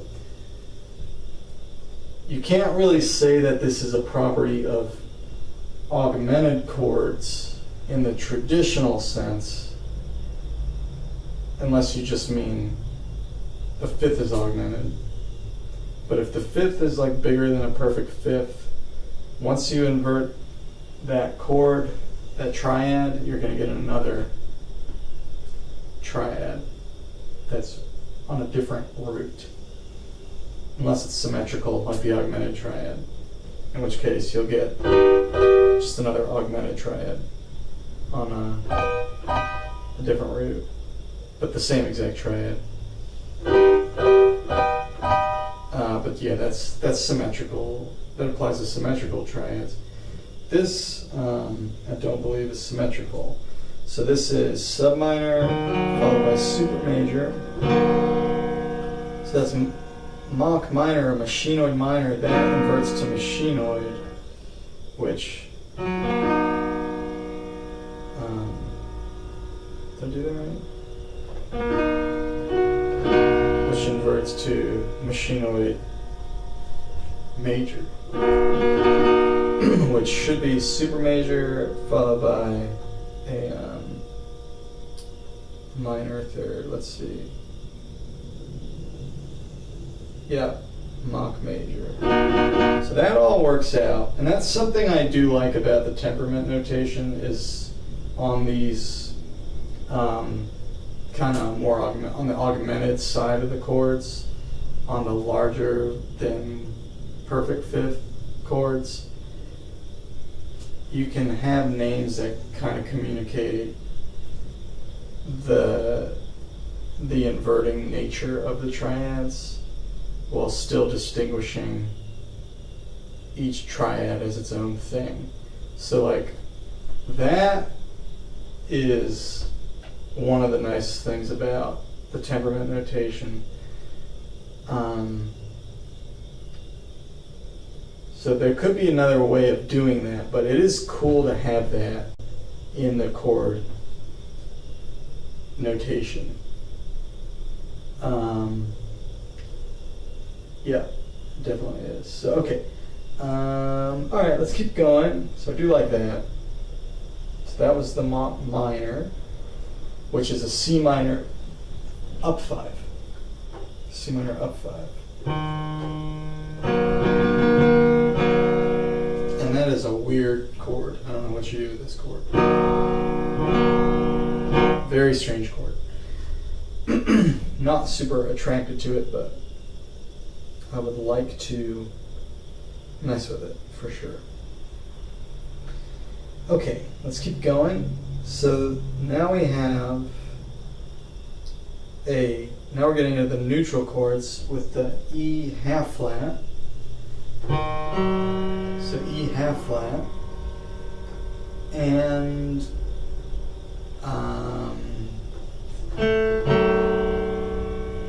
so this is neutral third followed by subminor third. This is a mosh major. But this seems like a weird kind of diminished chord again. So is this a diminished chord? Does it work as a diminished chord?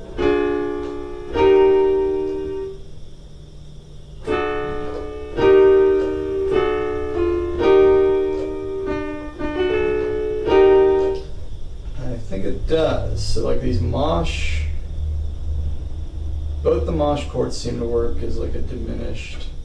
They're kind of like neutral diminished chords. So mosh minor and mosh major. And that's kind of interesting. But yeah, so this one is the mosh major.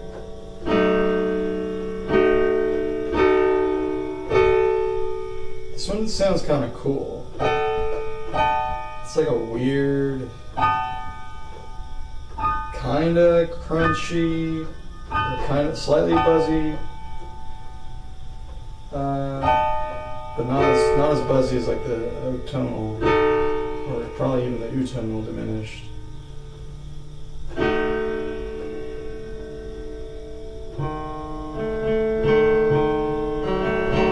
Yeah, that's E half flat and G half flat, which are the same color. And that's the neutral half flat 5, or the mosh major. I would even think like a name like neutral diminished would work, but that could be confusing because there's so many chords that you might think that is.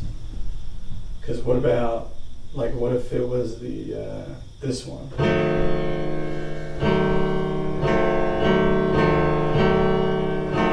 So I don't know.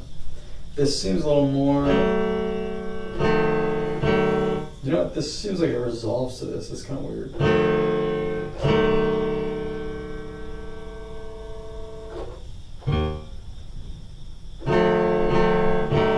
That is very strange.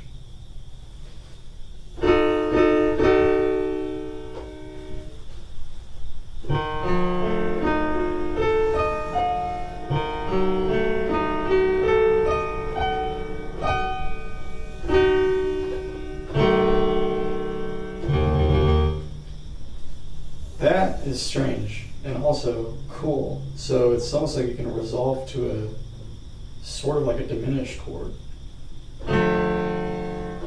What if you went from a different chord?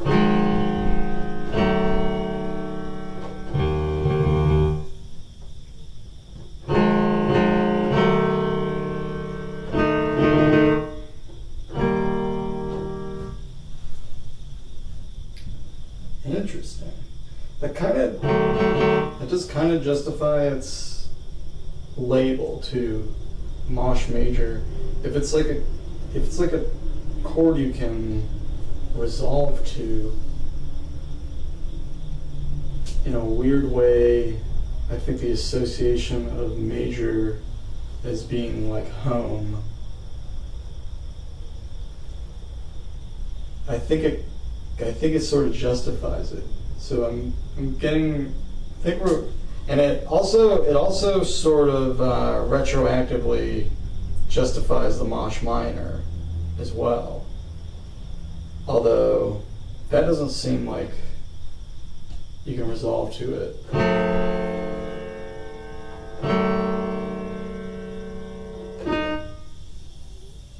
This almost feels like a diminished.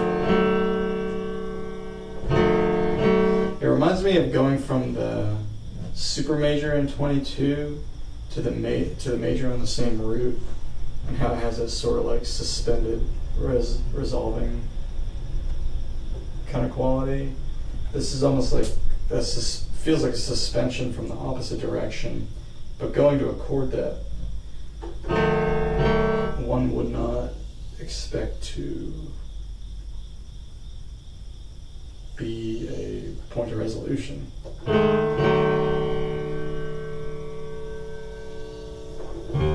So you could build scales with this.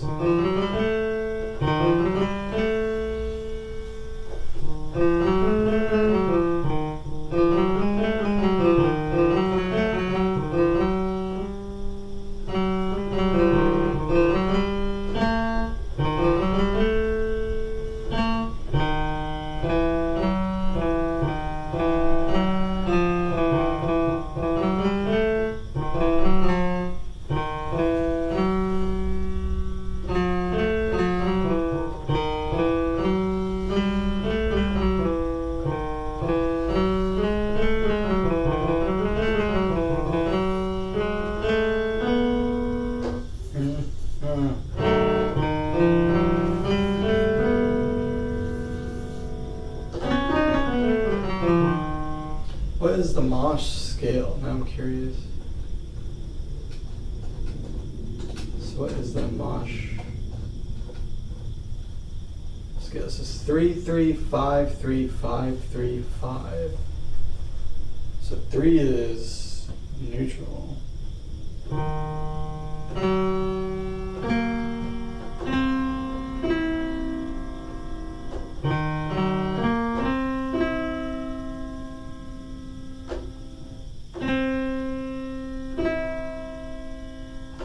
Yeah, but not neutral third, neutral second.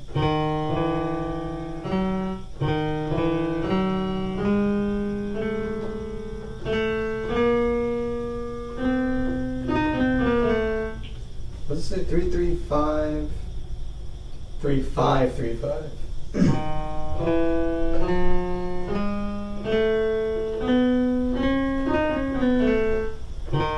3-3-5-3-5-3-5.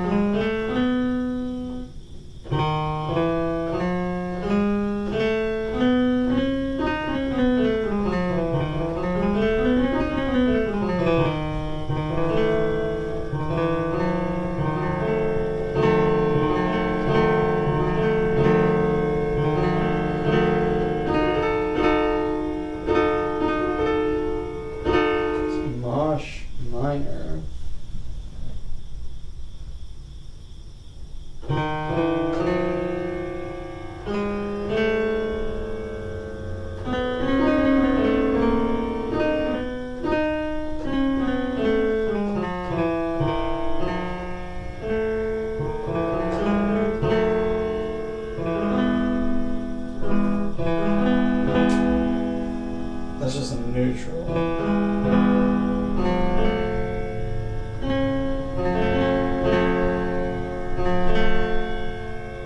It's also neutral.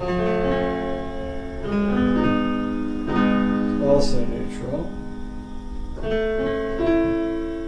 It's also neutral.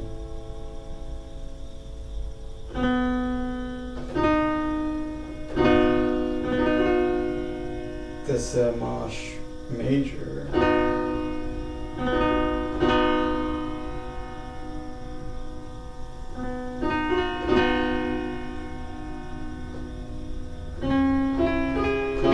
Neutral.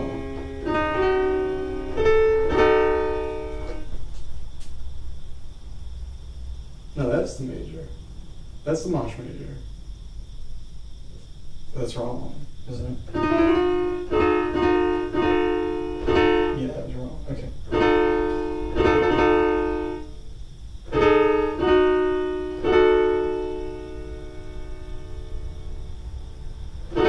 So where was the major in that chain?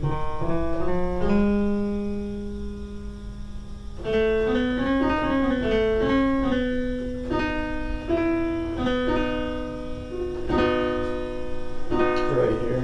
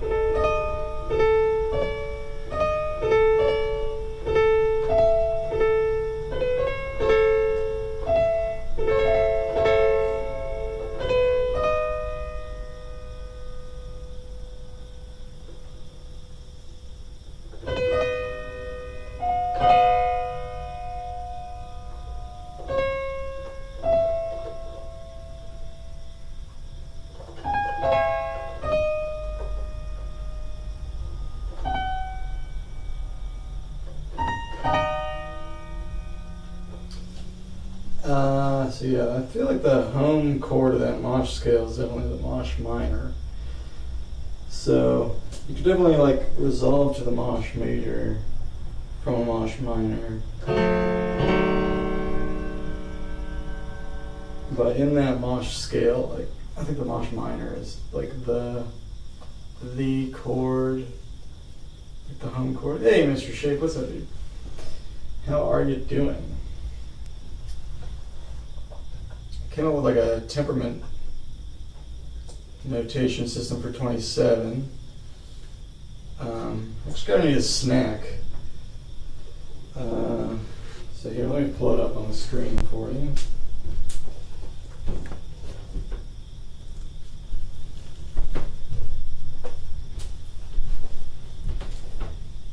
You're doing good, thank God.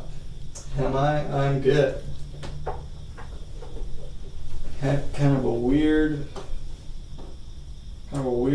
day or two, but doing fine, just fine. All right, so here is, I don't know if you can even see this stuff, but I'll zoom in a little bit.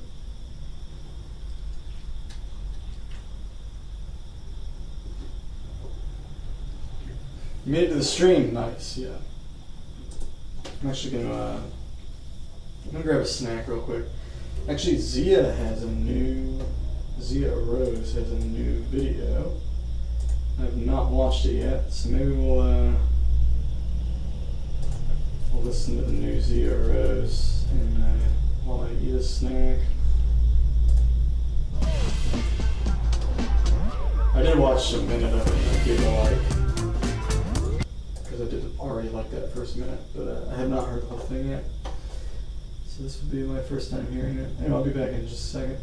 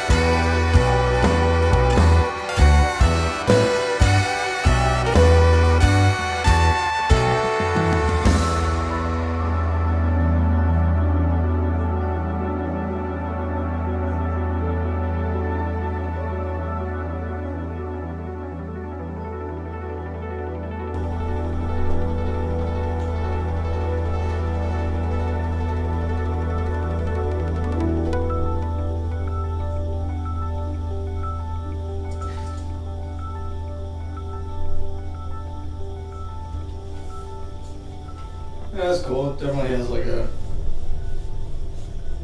kind of morphs through a bunch of different styles.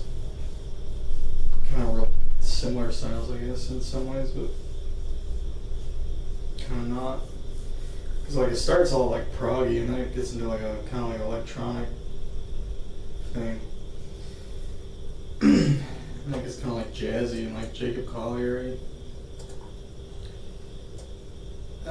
Anyway, cool stuff.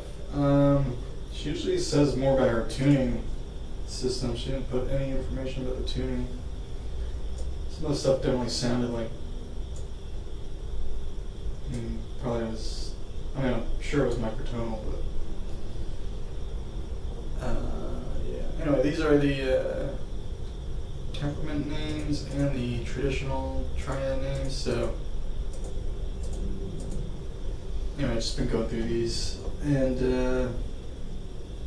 just getting a feel for the temperament names, see if they make sense. I have these two different ways of writing the temperament names. The reason I did this is because if you do single letter symbols, a lot of them seem like completely arbitrary. And in 22 equal, it's not a huge deal because there's only 4 new symbols. So, you know, maybe they feel a little arbitrary, maybe not, but either way, it's just 4 symbols. But here we have 7, I think. So, yeah, because we have the O, the L, the R, the I, that's 4, the K, the H. Yes, that's 7. You have to go. All right. Have a good one, Mr. Schaaf. Enjoy the rest of your day. So yeah. So I also came up with this 3-letter temperament naming system, which is for the most part just the first 3 letters of the actual temperament name. And then of course you can spell your standard chords with 3 letters too. So you could just keep it all consistent in that way. But yeah, it does take up more space, of course. Might be like a 2-letter way of doing this. Maybe that would be better, but so instead of using L for Mavilla, which the reason I didn't use V for Mavilla was because V looks like a down. Otherwise I would have used V. I could just do capital letters, but I don't know, I kind of don't like it. Yeah, that would be an option. You could just do capital letters for the temperament names and then do capital V for Mavilla. And then it wouldn't get confused with down. We have the 3-letter system, MSH for Mosh. I don't want to do MOS, because that's already a thing. I don't think in this context it would be that confusing, but it could be, and it would literally look like Moss, and if the little minus is minor, it would look like Moss minor, Moss major. Which we already say Moss major, Moss minor to refer to the Moss-based diatonic chords, or the diatonic Moss chords. So, yeah, I just don't want to use MOS as a symbol when it's already a symbol in microtonal land. So MSH could be Mosh, and MAV, Mav for Mavilla. And just do SUB for subminor, DIM for diminished, ARC, arc for archeotonic, archeominor, and then MAC, Mac for Mach minor. I guess you can pronounce it Mock still, or pronounce it Mac. I don't care. I didn't name these stupid temperaments. Although I don't know that I would come up with anything better. I probably wouldn't. Anyway, so it's mostly just the first three letters of the temperaments, but some of them are not for random reasons, but it's still just 3 letters. And then they are not really confusing. Because like when I look at the letters, I don't know what anything means. I don't know what K is a dichoid. Okay, that's dichoid, and then H is hyrulic. I know that one. R, I guess, is archeotonic. O is mosh. I is dichoid. No, it's machinoid. Why is I machinoid? What's the dichoid? Is K?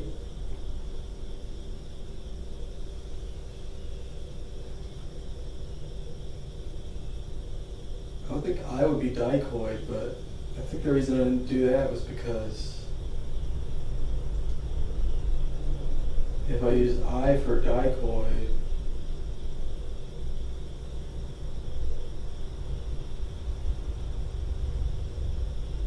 for machinoid, I wouldn't have anything left. Every letter in machinoid is taken by somebody already. M is minor or major. A is, I don't want to use any note names. And H for hyrulic. N is neutral.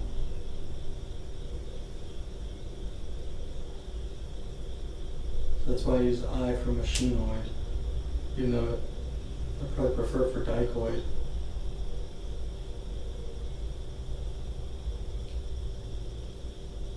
Dichoid is K because at least it has a K sound in it.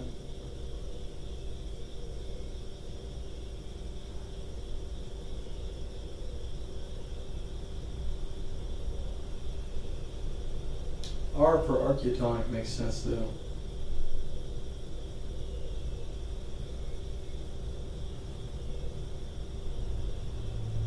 Yeah, like O could be dichoid, but then what would you call mosh? So it's just, yeah. I don't know. I try to use letters that are in the word or sound like sounds from the word. So I don't know. It's not as intuitive as the 22 Ito one. Alright, let's go back to messing with this. And I know they're going to snack in. Just going to go play around with some chords. Damn, it's almost 7 already.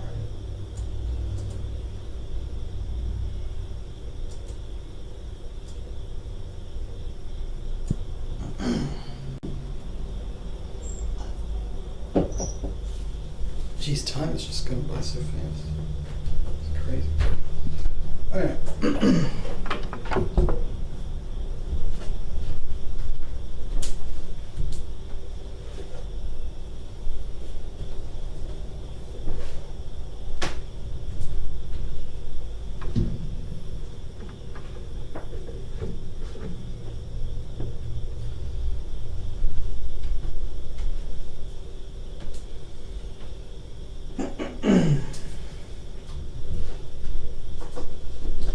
Yeah, I better get moving if I want to get through all these.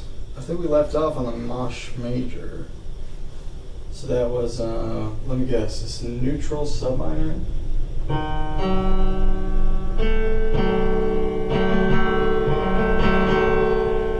Yeah. Alright. So that's the C neutral half flat 5. So next is C neutral down 5, which is Archea major. So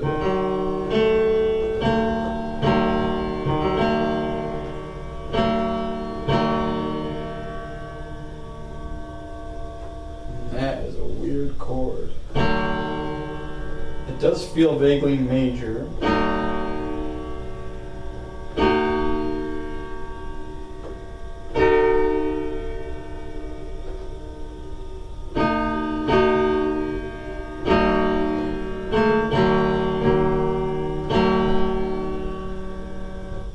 That is strange.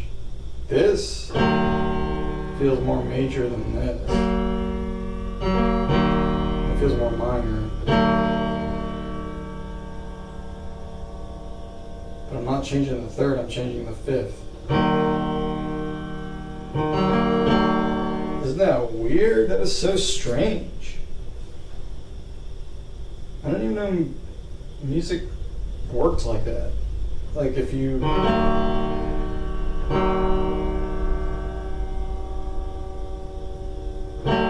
can raise the fifth and the chord can sound more minor.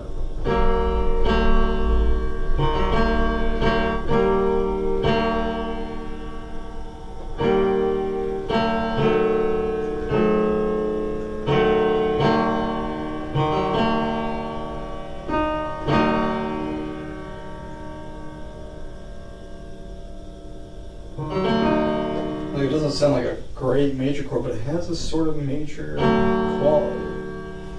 So another point for the temperament name. Archia major.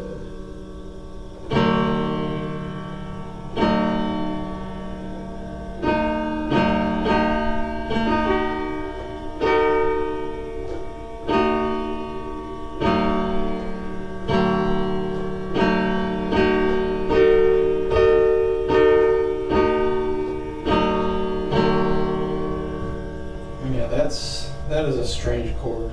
So there's no neutral third in 22, so I don't even know what to think of that chord. It does have a vaguely major-esque feel, but not really compared to the real major chord.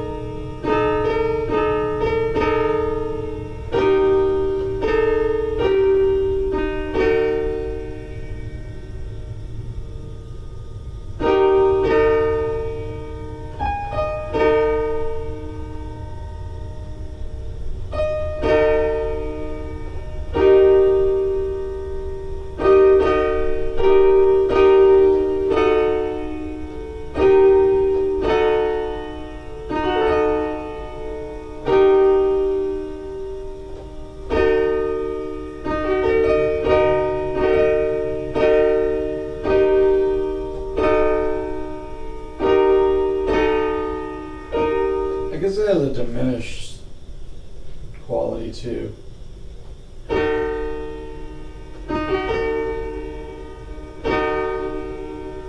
Could you actually make that a diminished chord?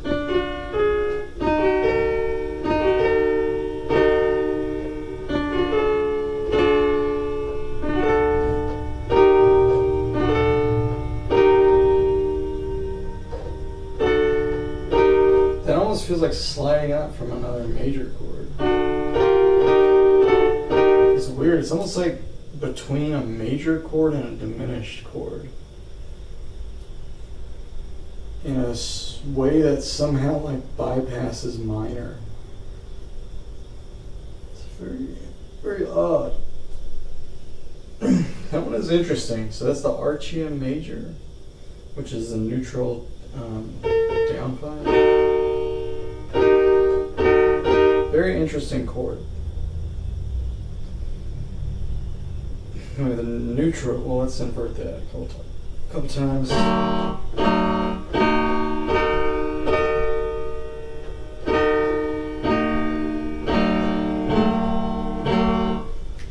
And let's go to the next one. So neutral, neutral, neutral.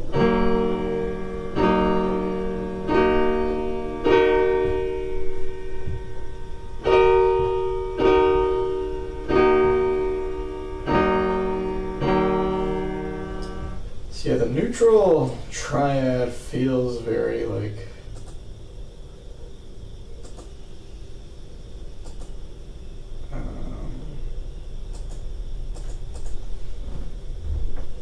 minor-y to me.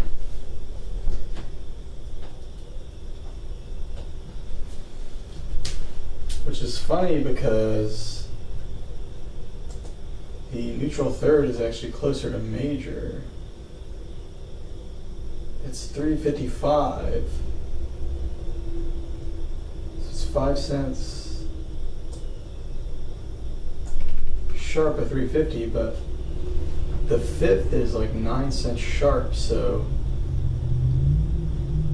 to be in the middle, it's like, I mean, it's exactly in the middle of that. Fifth.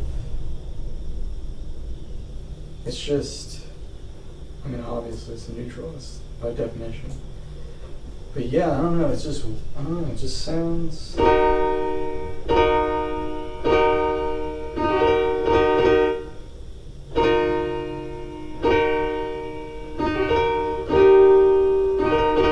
It just sounds kind of minor-y to me. But, I'm wondering if it has anything to do with the size of the fifth, but I don't know why it would. But I guess it could.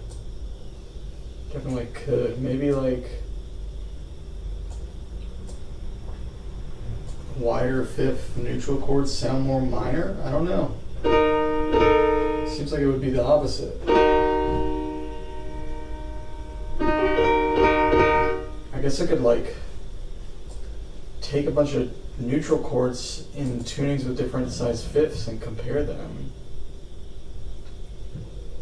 That might be an interesting thing to try later on. Okay, I think right now though I'm gonna ignore that and just keep going. So that was the neutral.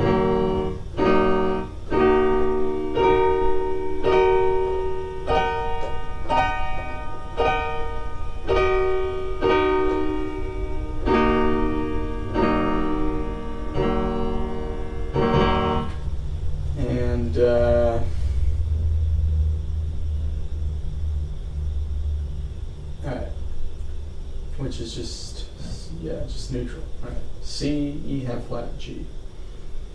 Okay, the neutral up five is going to be this. And this is dichoid. This is a new one, dichoid minor. These dichoid chords are on the sharp fifth side.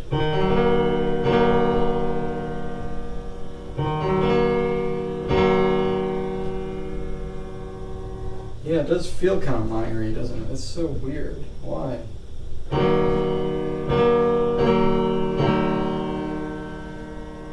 Yeah, that feels major. Feels minor. Feels minor.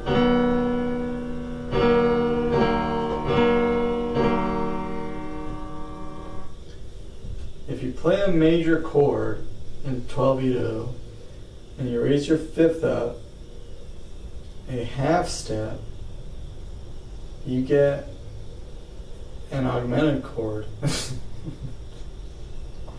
But say you play a minor chord in 12-8. If you play a minor chord in 12-8 and you raise your fifth up a half step, you get a major chord inverted. So why in this tuning, if I play a neutral third with a perfect fifth and I lower the fifth, it sounds more major.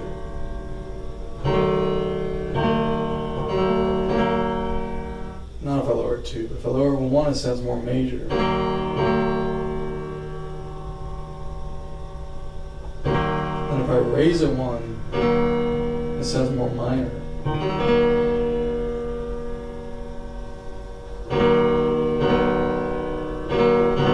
If I raise it again, it sounds augmented.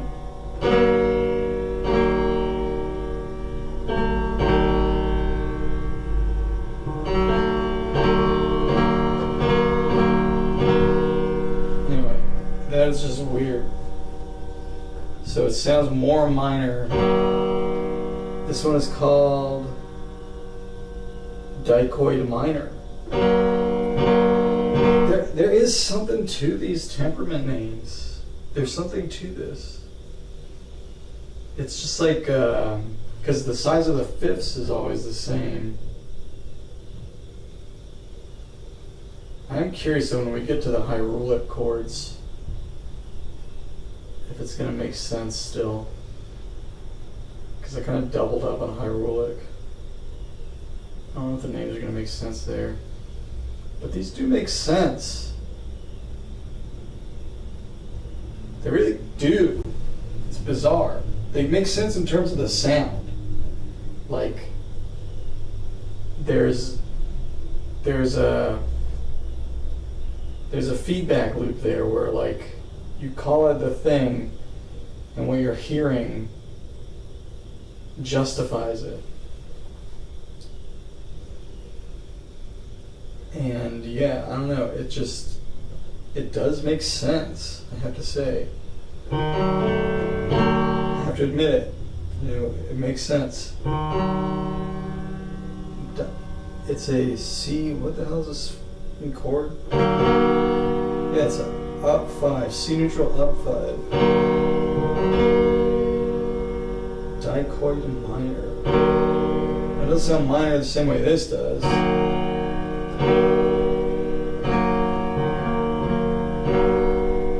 Yeah, it's kind of shaped like a minor chord. And then the, that.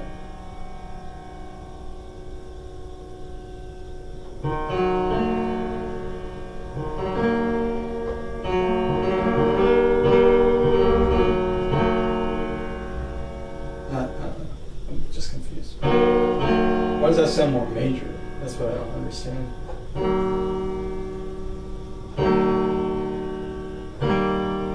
Oh, it's shaped like a major chord too. Oh, I see now. I see now.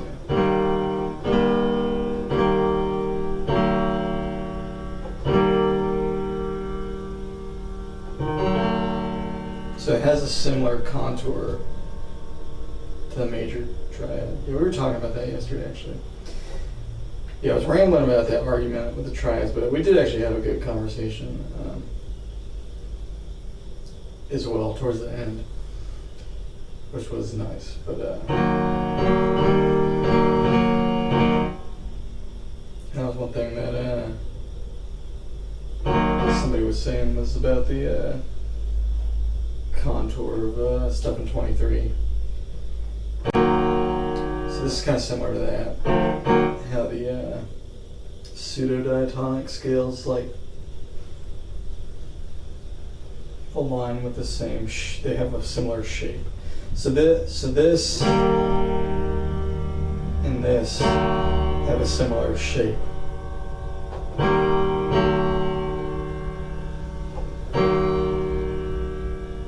So this is neutral, but this, even though I'm lowering the fifth, it looks more like, it's shaped more like a major chord. It's got the big part on the bottom and the small part on the top. Whereas if I shape it like this, this is more like a minor chord where the small part's on the bottom, the big part's on the top. So if you take a neutral chord and you lower the fifth, it looks more like a major chord because the top part gets reduced, just like on the shape of a major chord. And if you raise the top,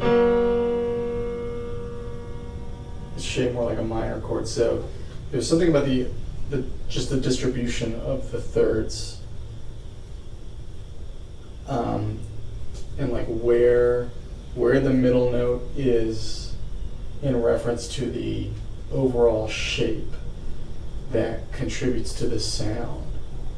So like actually in 12 equal, diminished and augmented, they're well, augmented is a symmetrical structure overall, but like even ignoring that, the size of the two minor thirds and the diminished triad is even. So shapes like that, I think, have something in common with the neutral triad. That's definitely worth investigating. And like 24 Edo might be a good spot to look at that, because it's going to have the regular 12 Edo thirds. So I would like to compare, like, I mean, you can do that in 27 too, I guess, because it has, you can stack two minor thirds in this or whatever. So we stack.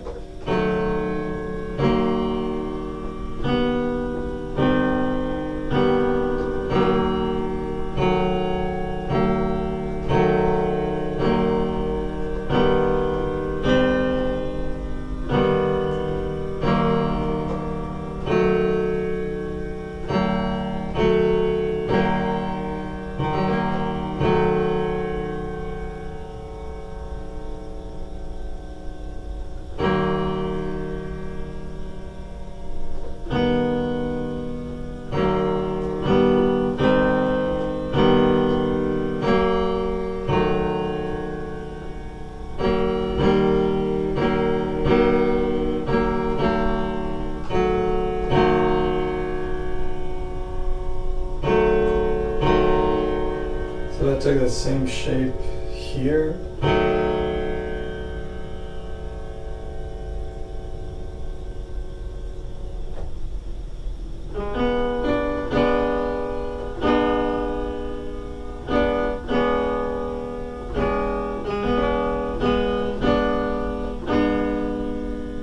So this is just like a diminished thing, but if I raise the fifth,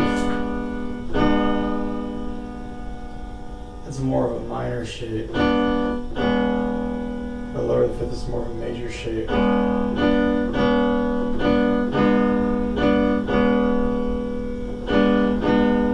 So you could even call these like diminished major, and diminished minor. You wouldn't call that diminished minor. Why not? Diminished major.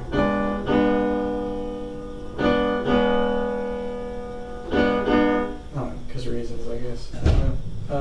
They already. We'll figure that out later. Let's just keep going.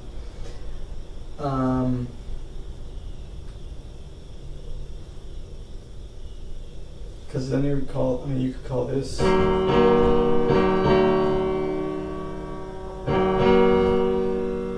neutral major and neutral minor, neutral major.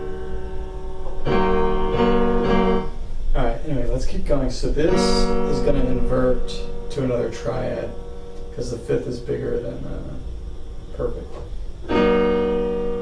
So this is a neutral up 5. So this is, geez, I have it written in like a trillion different ways. I can't find anything. It's all organized. Neutral up 5. It's dichoid minor. So that's going to invert to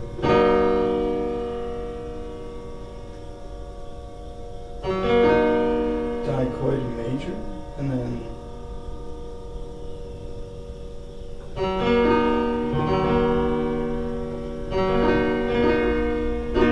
that's dichoid major.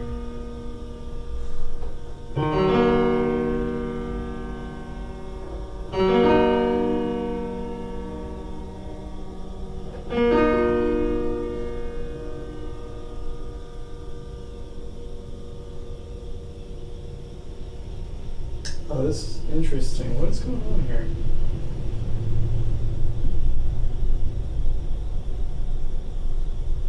I'm playing the wrong notes.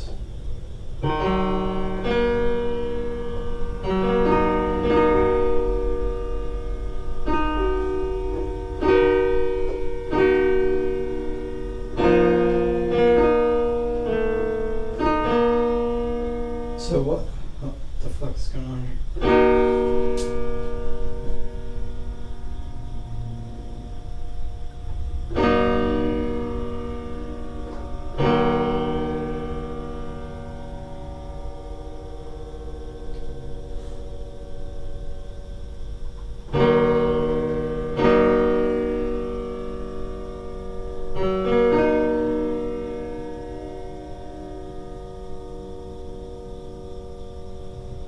Major, super major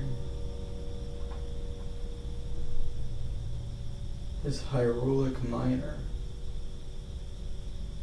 Oh wait, what? So this is neutral. Oh, this is getting interesting. This is getting interesting, but I'm hoping this is going to somehow help consolidate these names because there's so fucking many.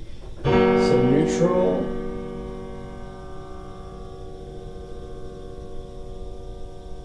major,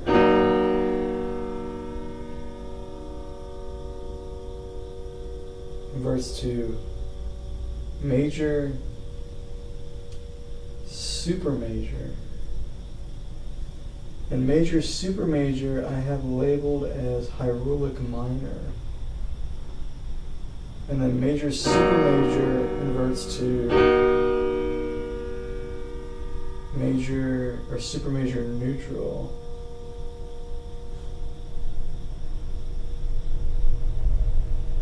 Which I have as super hyrulic. Okay, I gotta make a, I have to write these down or something.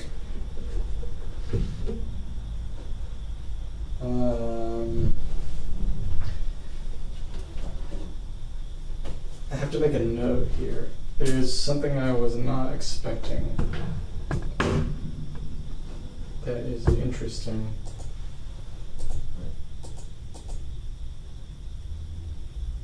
So I was playing neutral up 5.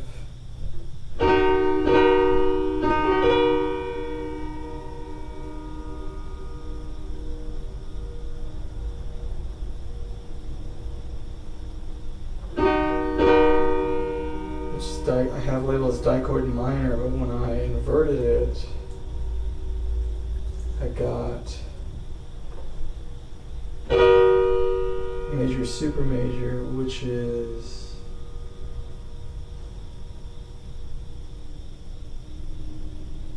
hyrulic. I have labeled as hyrulic minor.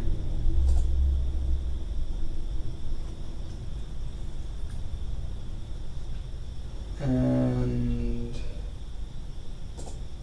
let's see. So how do I label these? I'm gonna go 1A, because I think this is gonna happen again too. So 1A, 1B, and then that.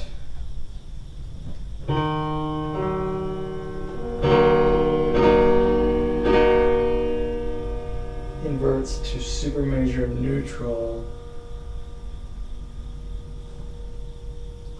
which I have down as super hyrulic. So this is not what I expected to happen at all.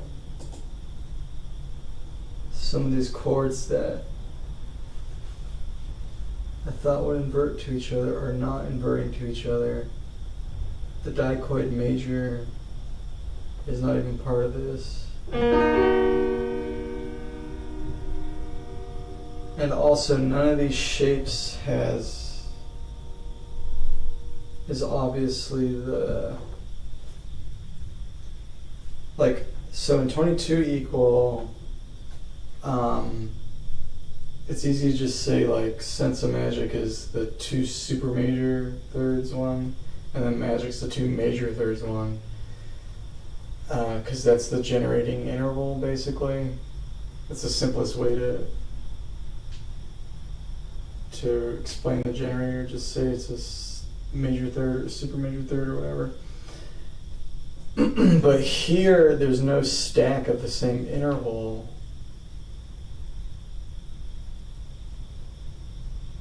So our neutral major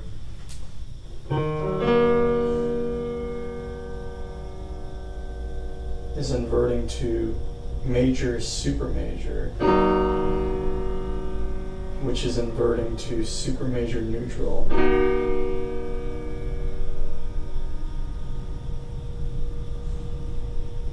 Which is very interesting and unexpected.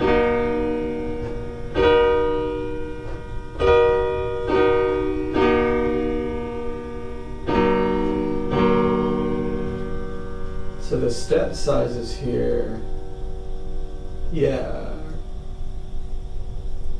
8 and 17, then 9 and 19, then 10 and 18. Interesting. So this means the chord names are going to change almost definitely. Almost certainly the chord names are going to change. I don't know how exactly they're going to change. I think this also means I should look at dichoid, because dichoid should have all of these chords in it. So if by inverting that chord, I got to two different chords that don't look like they would invert to each other anyway, from the way I was thinking about it. Obviously they would, because they do. So it was just, I'm just misunderstanding this in some way. But that means that the corresponding chords, probably just like the leftover chord, like the dichord major and the other two hierolytic chords there, probably inversions of each other too. Which means that I can consolidate, I'll probably end up consolidating dichoid and hierolytic. So we won't have any fewer names. I guess maybe I could call one and one the other. But the other thing is that I don't know how we're going to label them with the qualifier, because again, it was easy to say which one was major and which one was minor before, but now all three of these shapes are uneven. So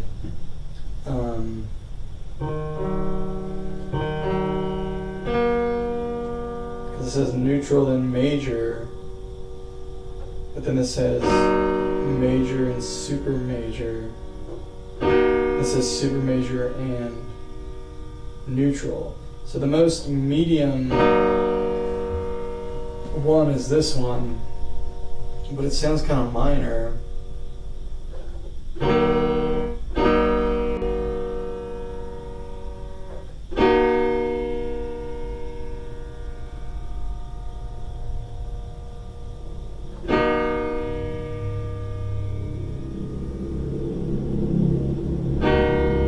So interesting. So this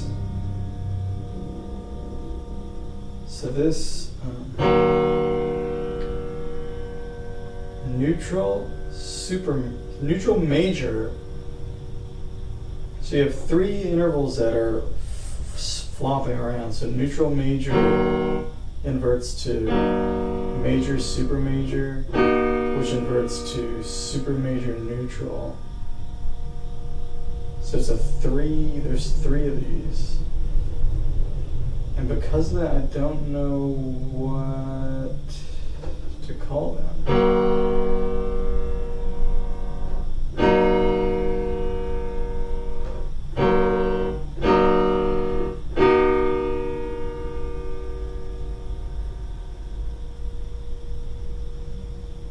Whatever the bass name ends up being, we could just give it the temperament name and then the bass third, I guess. So if these were all dichoid, this could be dichoid neutral, dichoid major, and super dichoid, I guess. Something like that could be an option.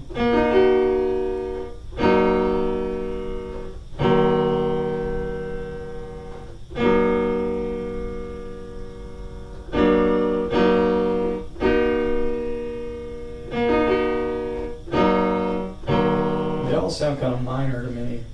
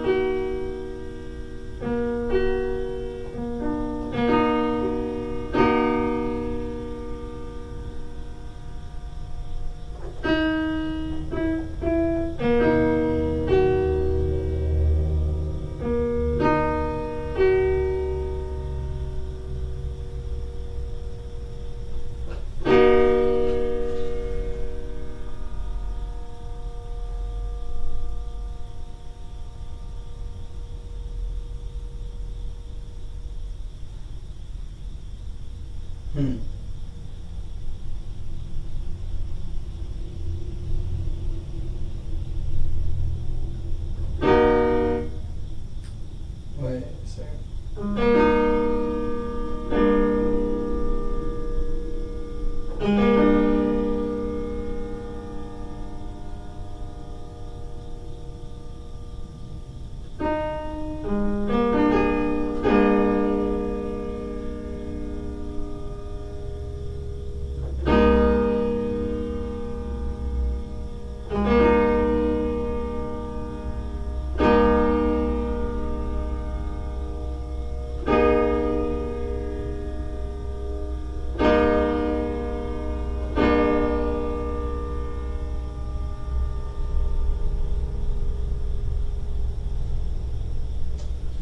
What the fuck?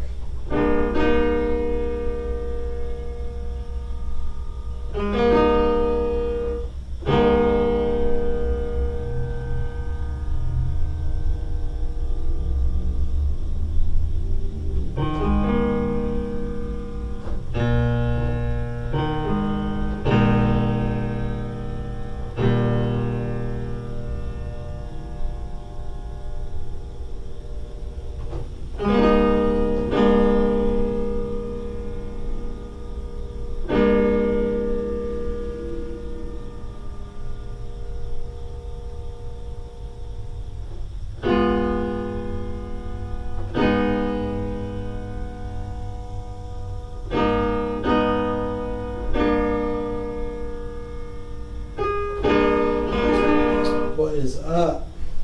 Hey dude, Tabor. Sorry, I'm like lost in a thought right now. There are these chords that have, in 27, that have properties that I did not anticipate, and I'm wondering now if the super major third really, I think in some of these triads it's not really even functioning like a third at all. It's like not providing closure to the chord. It's like making it feel like an inversion. And like I'm wondering like if you played like a subminor triad,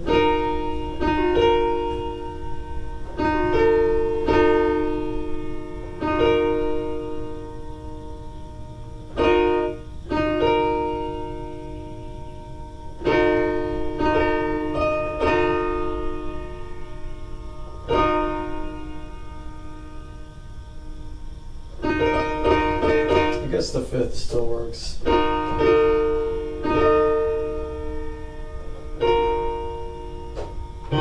Alright, never mind. I don't know, it's just the super major third is so sharp. But yeah, I don't know, I have kind of a conundrum. But it's very interesting, like the C neutral up 5. So I like found temperaments that went with all the chords. I came up with temperament names, but like they're not doing. Most of them so far they've all behaved the way I expected until now. So this chord is not inverting to the chord I thought it was going to invert to. And none of the chords in this whole sequence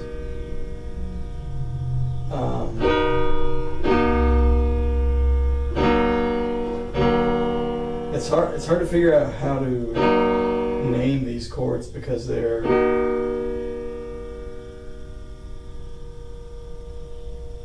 every triad is inverting to another triad, but there's no obvious central triad because they all have two different sizes of third. Like this one's neutral major third, major third. This one's major third, super major third. This one's super major third, neutral third.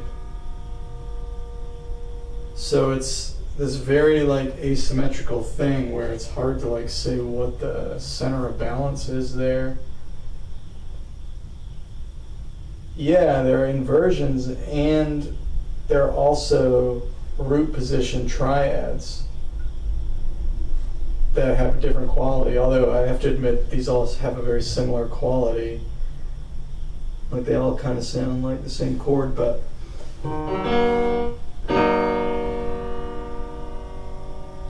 I think in the context of this chord, this super major third is like almost feeling like a sub fourth.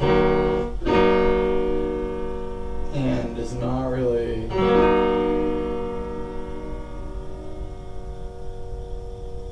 doesn't really feel like a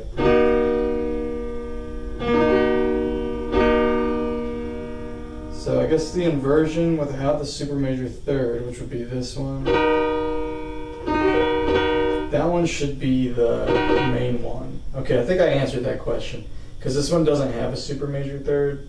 The super major third should be treated more like inversions in the proper sense, even though they're technically standalone tertiary triads in root position as well. But I'm going to give them all like a unifying name,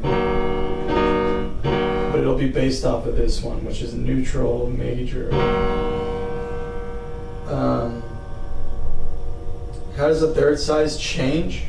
Well, in the first chord, the thirds go neutral, then major. In the second chord, the thirds go major, then super major. And then in the third chord, it goes super major, then neutral.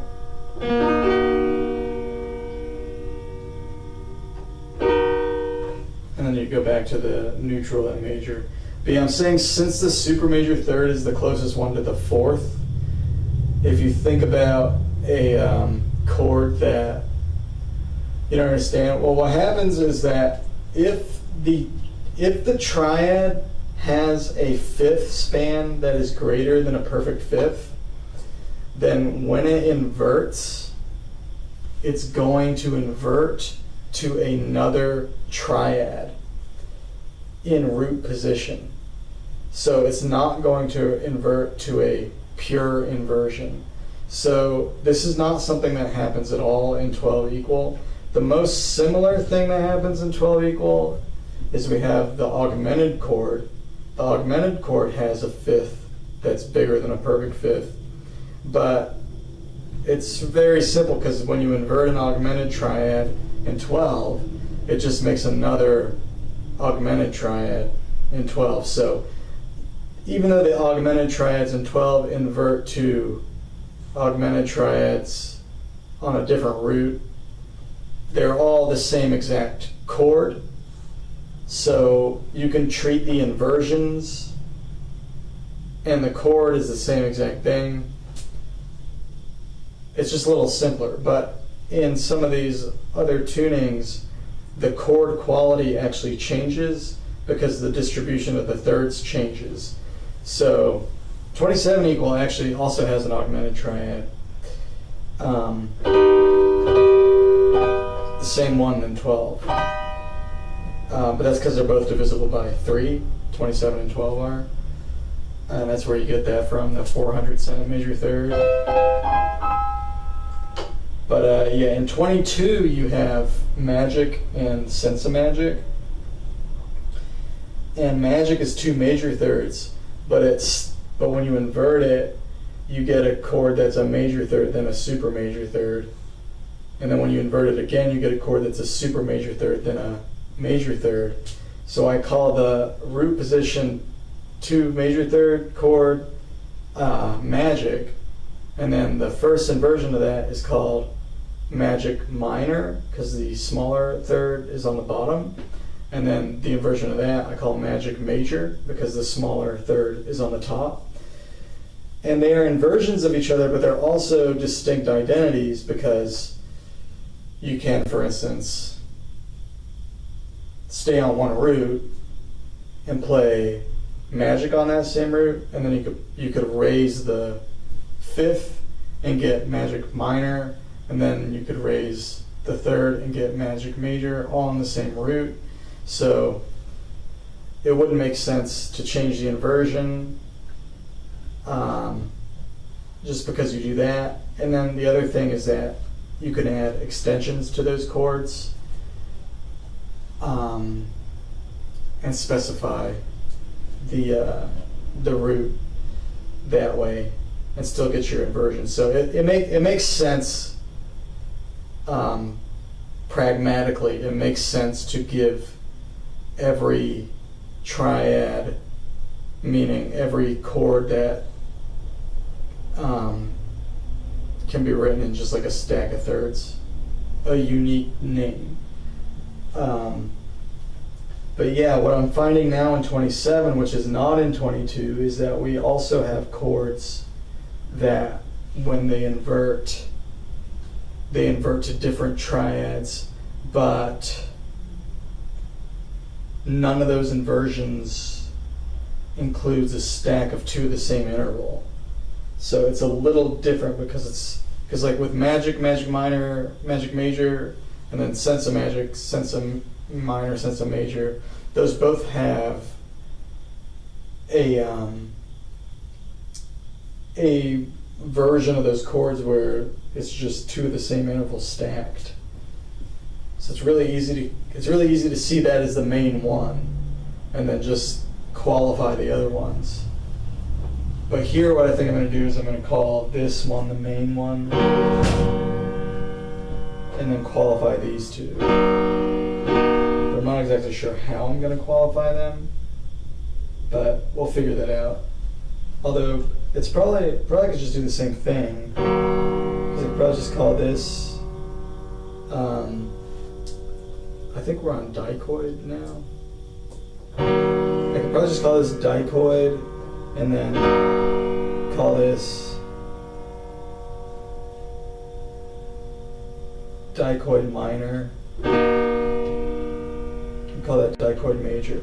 But I have to admit, like, these inversions feel very samey, even though they're different.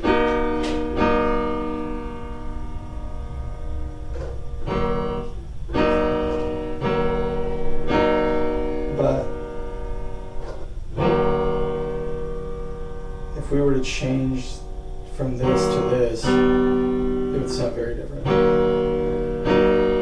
So they're definitely different chords for sure. Because like this sounds nothing like this. But when you invert this, it's the same exact chord.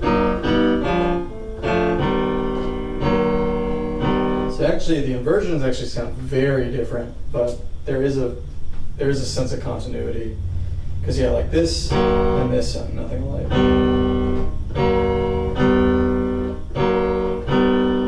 And the other one is this.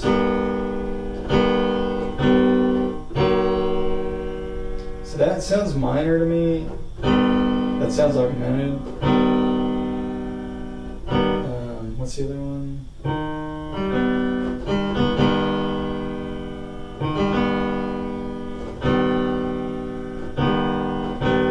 Yeah, so these are all in this quality of chord all invert to each other, if you can believe that. It's insane. It's just absurd.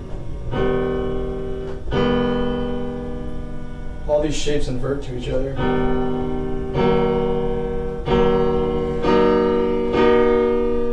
But when you play them like inversions, they sound like the same chord. That is so fucking crazy, holy shit. I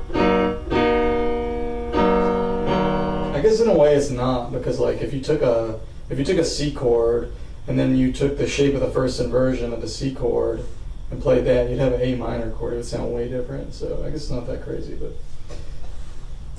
that is kind of weird though. Okay. I mean, it's not really weird actually. It's very consistent with everything else. Okay, I'm just, for some reason I'm surprised by it. I guess I'm just surprised by dumb shit. Okay, let's keep going. So the next, so that's the dichord minor, that's C neutral up 5. So now we have C neutral half sharp 5, which this is going to be a very similar chord to the chord that we just played. Sounds kind of augmented. Kind of not.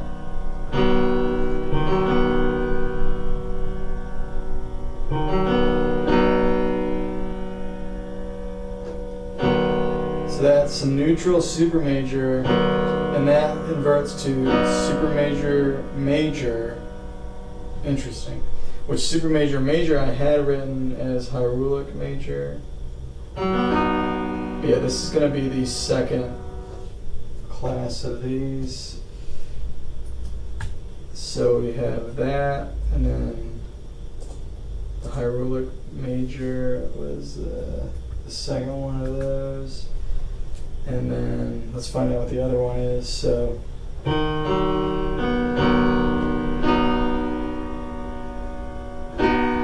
going to be major neutral. So major neutral I have written as dichord major.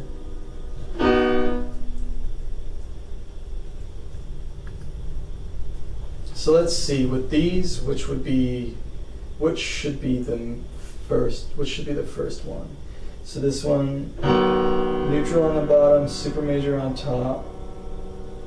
So it's got, I think the one without the super major should be the main one. So that'd be the third one. So the major neutral. This should be the home bass. So I'll make this one A.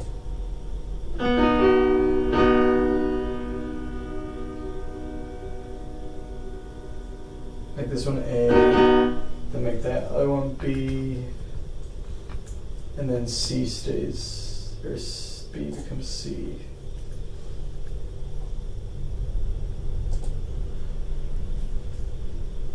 Okay, so those all invert to each other. I wonder if any of these other chords do as well. I think it's possible with this machinoid. But we don't have that many chords left. This is covering a lot of the ones coming up. So we have augmented, which just inverts to augmented, so we don't have to worry about that. We have major and super major, which we know are distinct. And then we have, and the Mobile major has a down 5, so we don't have to worry about that. So the Mach major and machinoid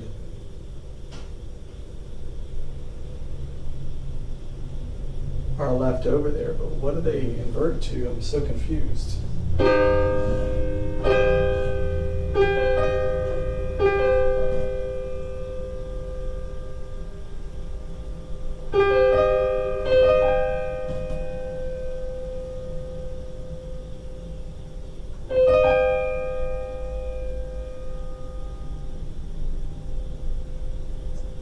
Oh, that one's good. The machinoid inverts to the Mach minor and the Mach major. So we're good. So there's not going to be any surprises like that. So these chords are a mixture of neutral, super major, and major. So they are, yeah, these are an interesting breed, because the machinoid it inverts to a chord that has a minor third in it.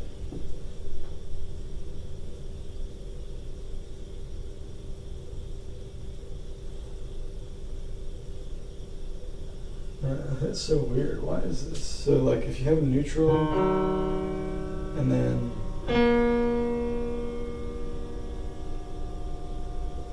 major, you have super major left over. Let's see.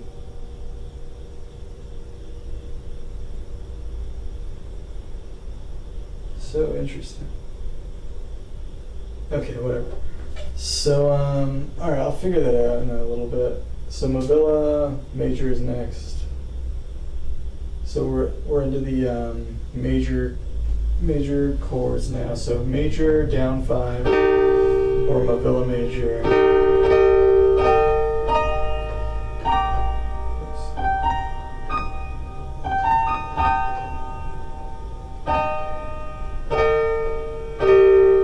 It's got a nice crunch to it.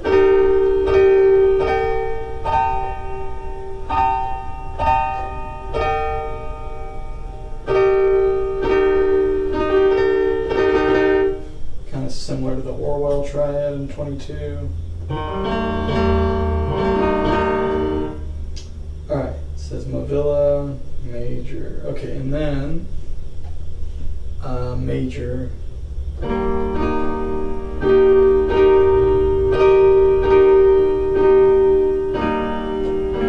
Solid major chord. It's got the 12-edo third, but then a sharper fifth. Okay, then dichoid major. That's major neutral. That's that's that same one from before.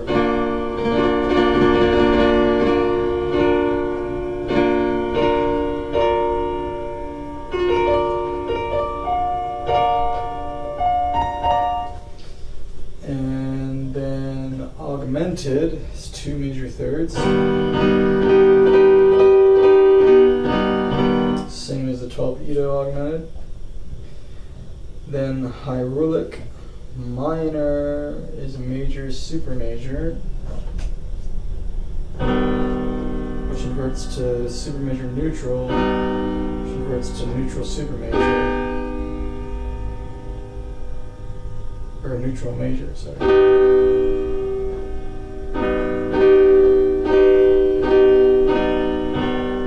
That chord is actually sick.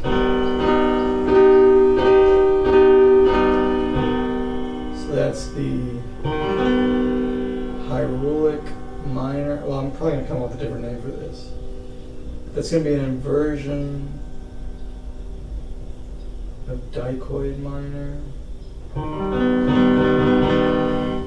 don't know. We're going to come up with names for that, for those, for sure. All right, and then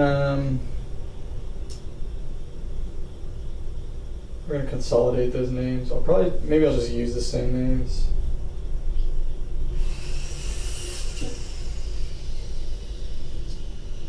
You'll see.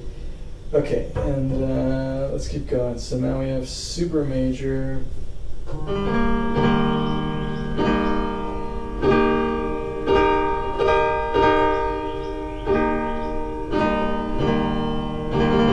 Super major is pretty nice and buzzy too. Then we have Mach major. So the hyrulic minor is C major down sharp 5. Augmented is like C major, half sharp 5, dichoid major C up 5, blah blah blah. So super major, then super major up 5 is Mach major. So super major up 5, Mach major.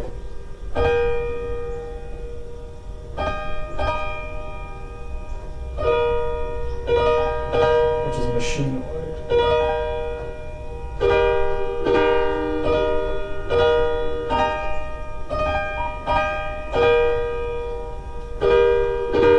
That one's similar to Sense of Magic, how it inverts to a chord with a minor third in it.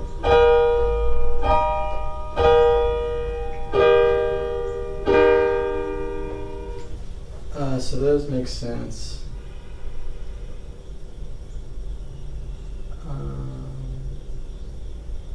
Then this super hydraulic is super major, half sharp 5.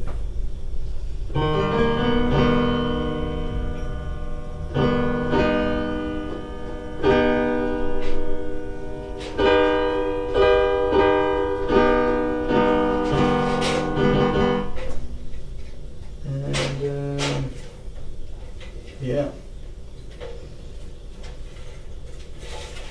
Yeah, they're doing some work on my house, so it's gonna get loud.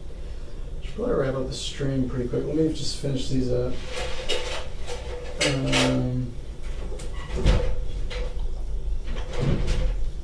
So we have super major down sharp 5.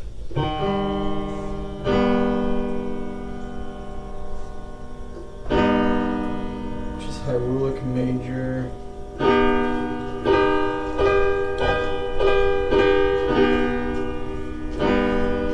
It's very similar to that last one. And then finally machine away, which we've done. With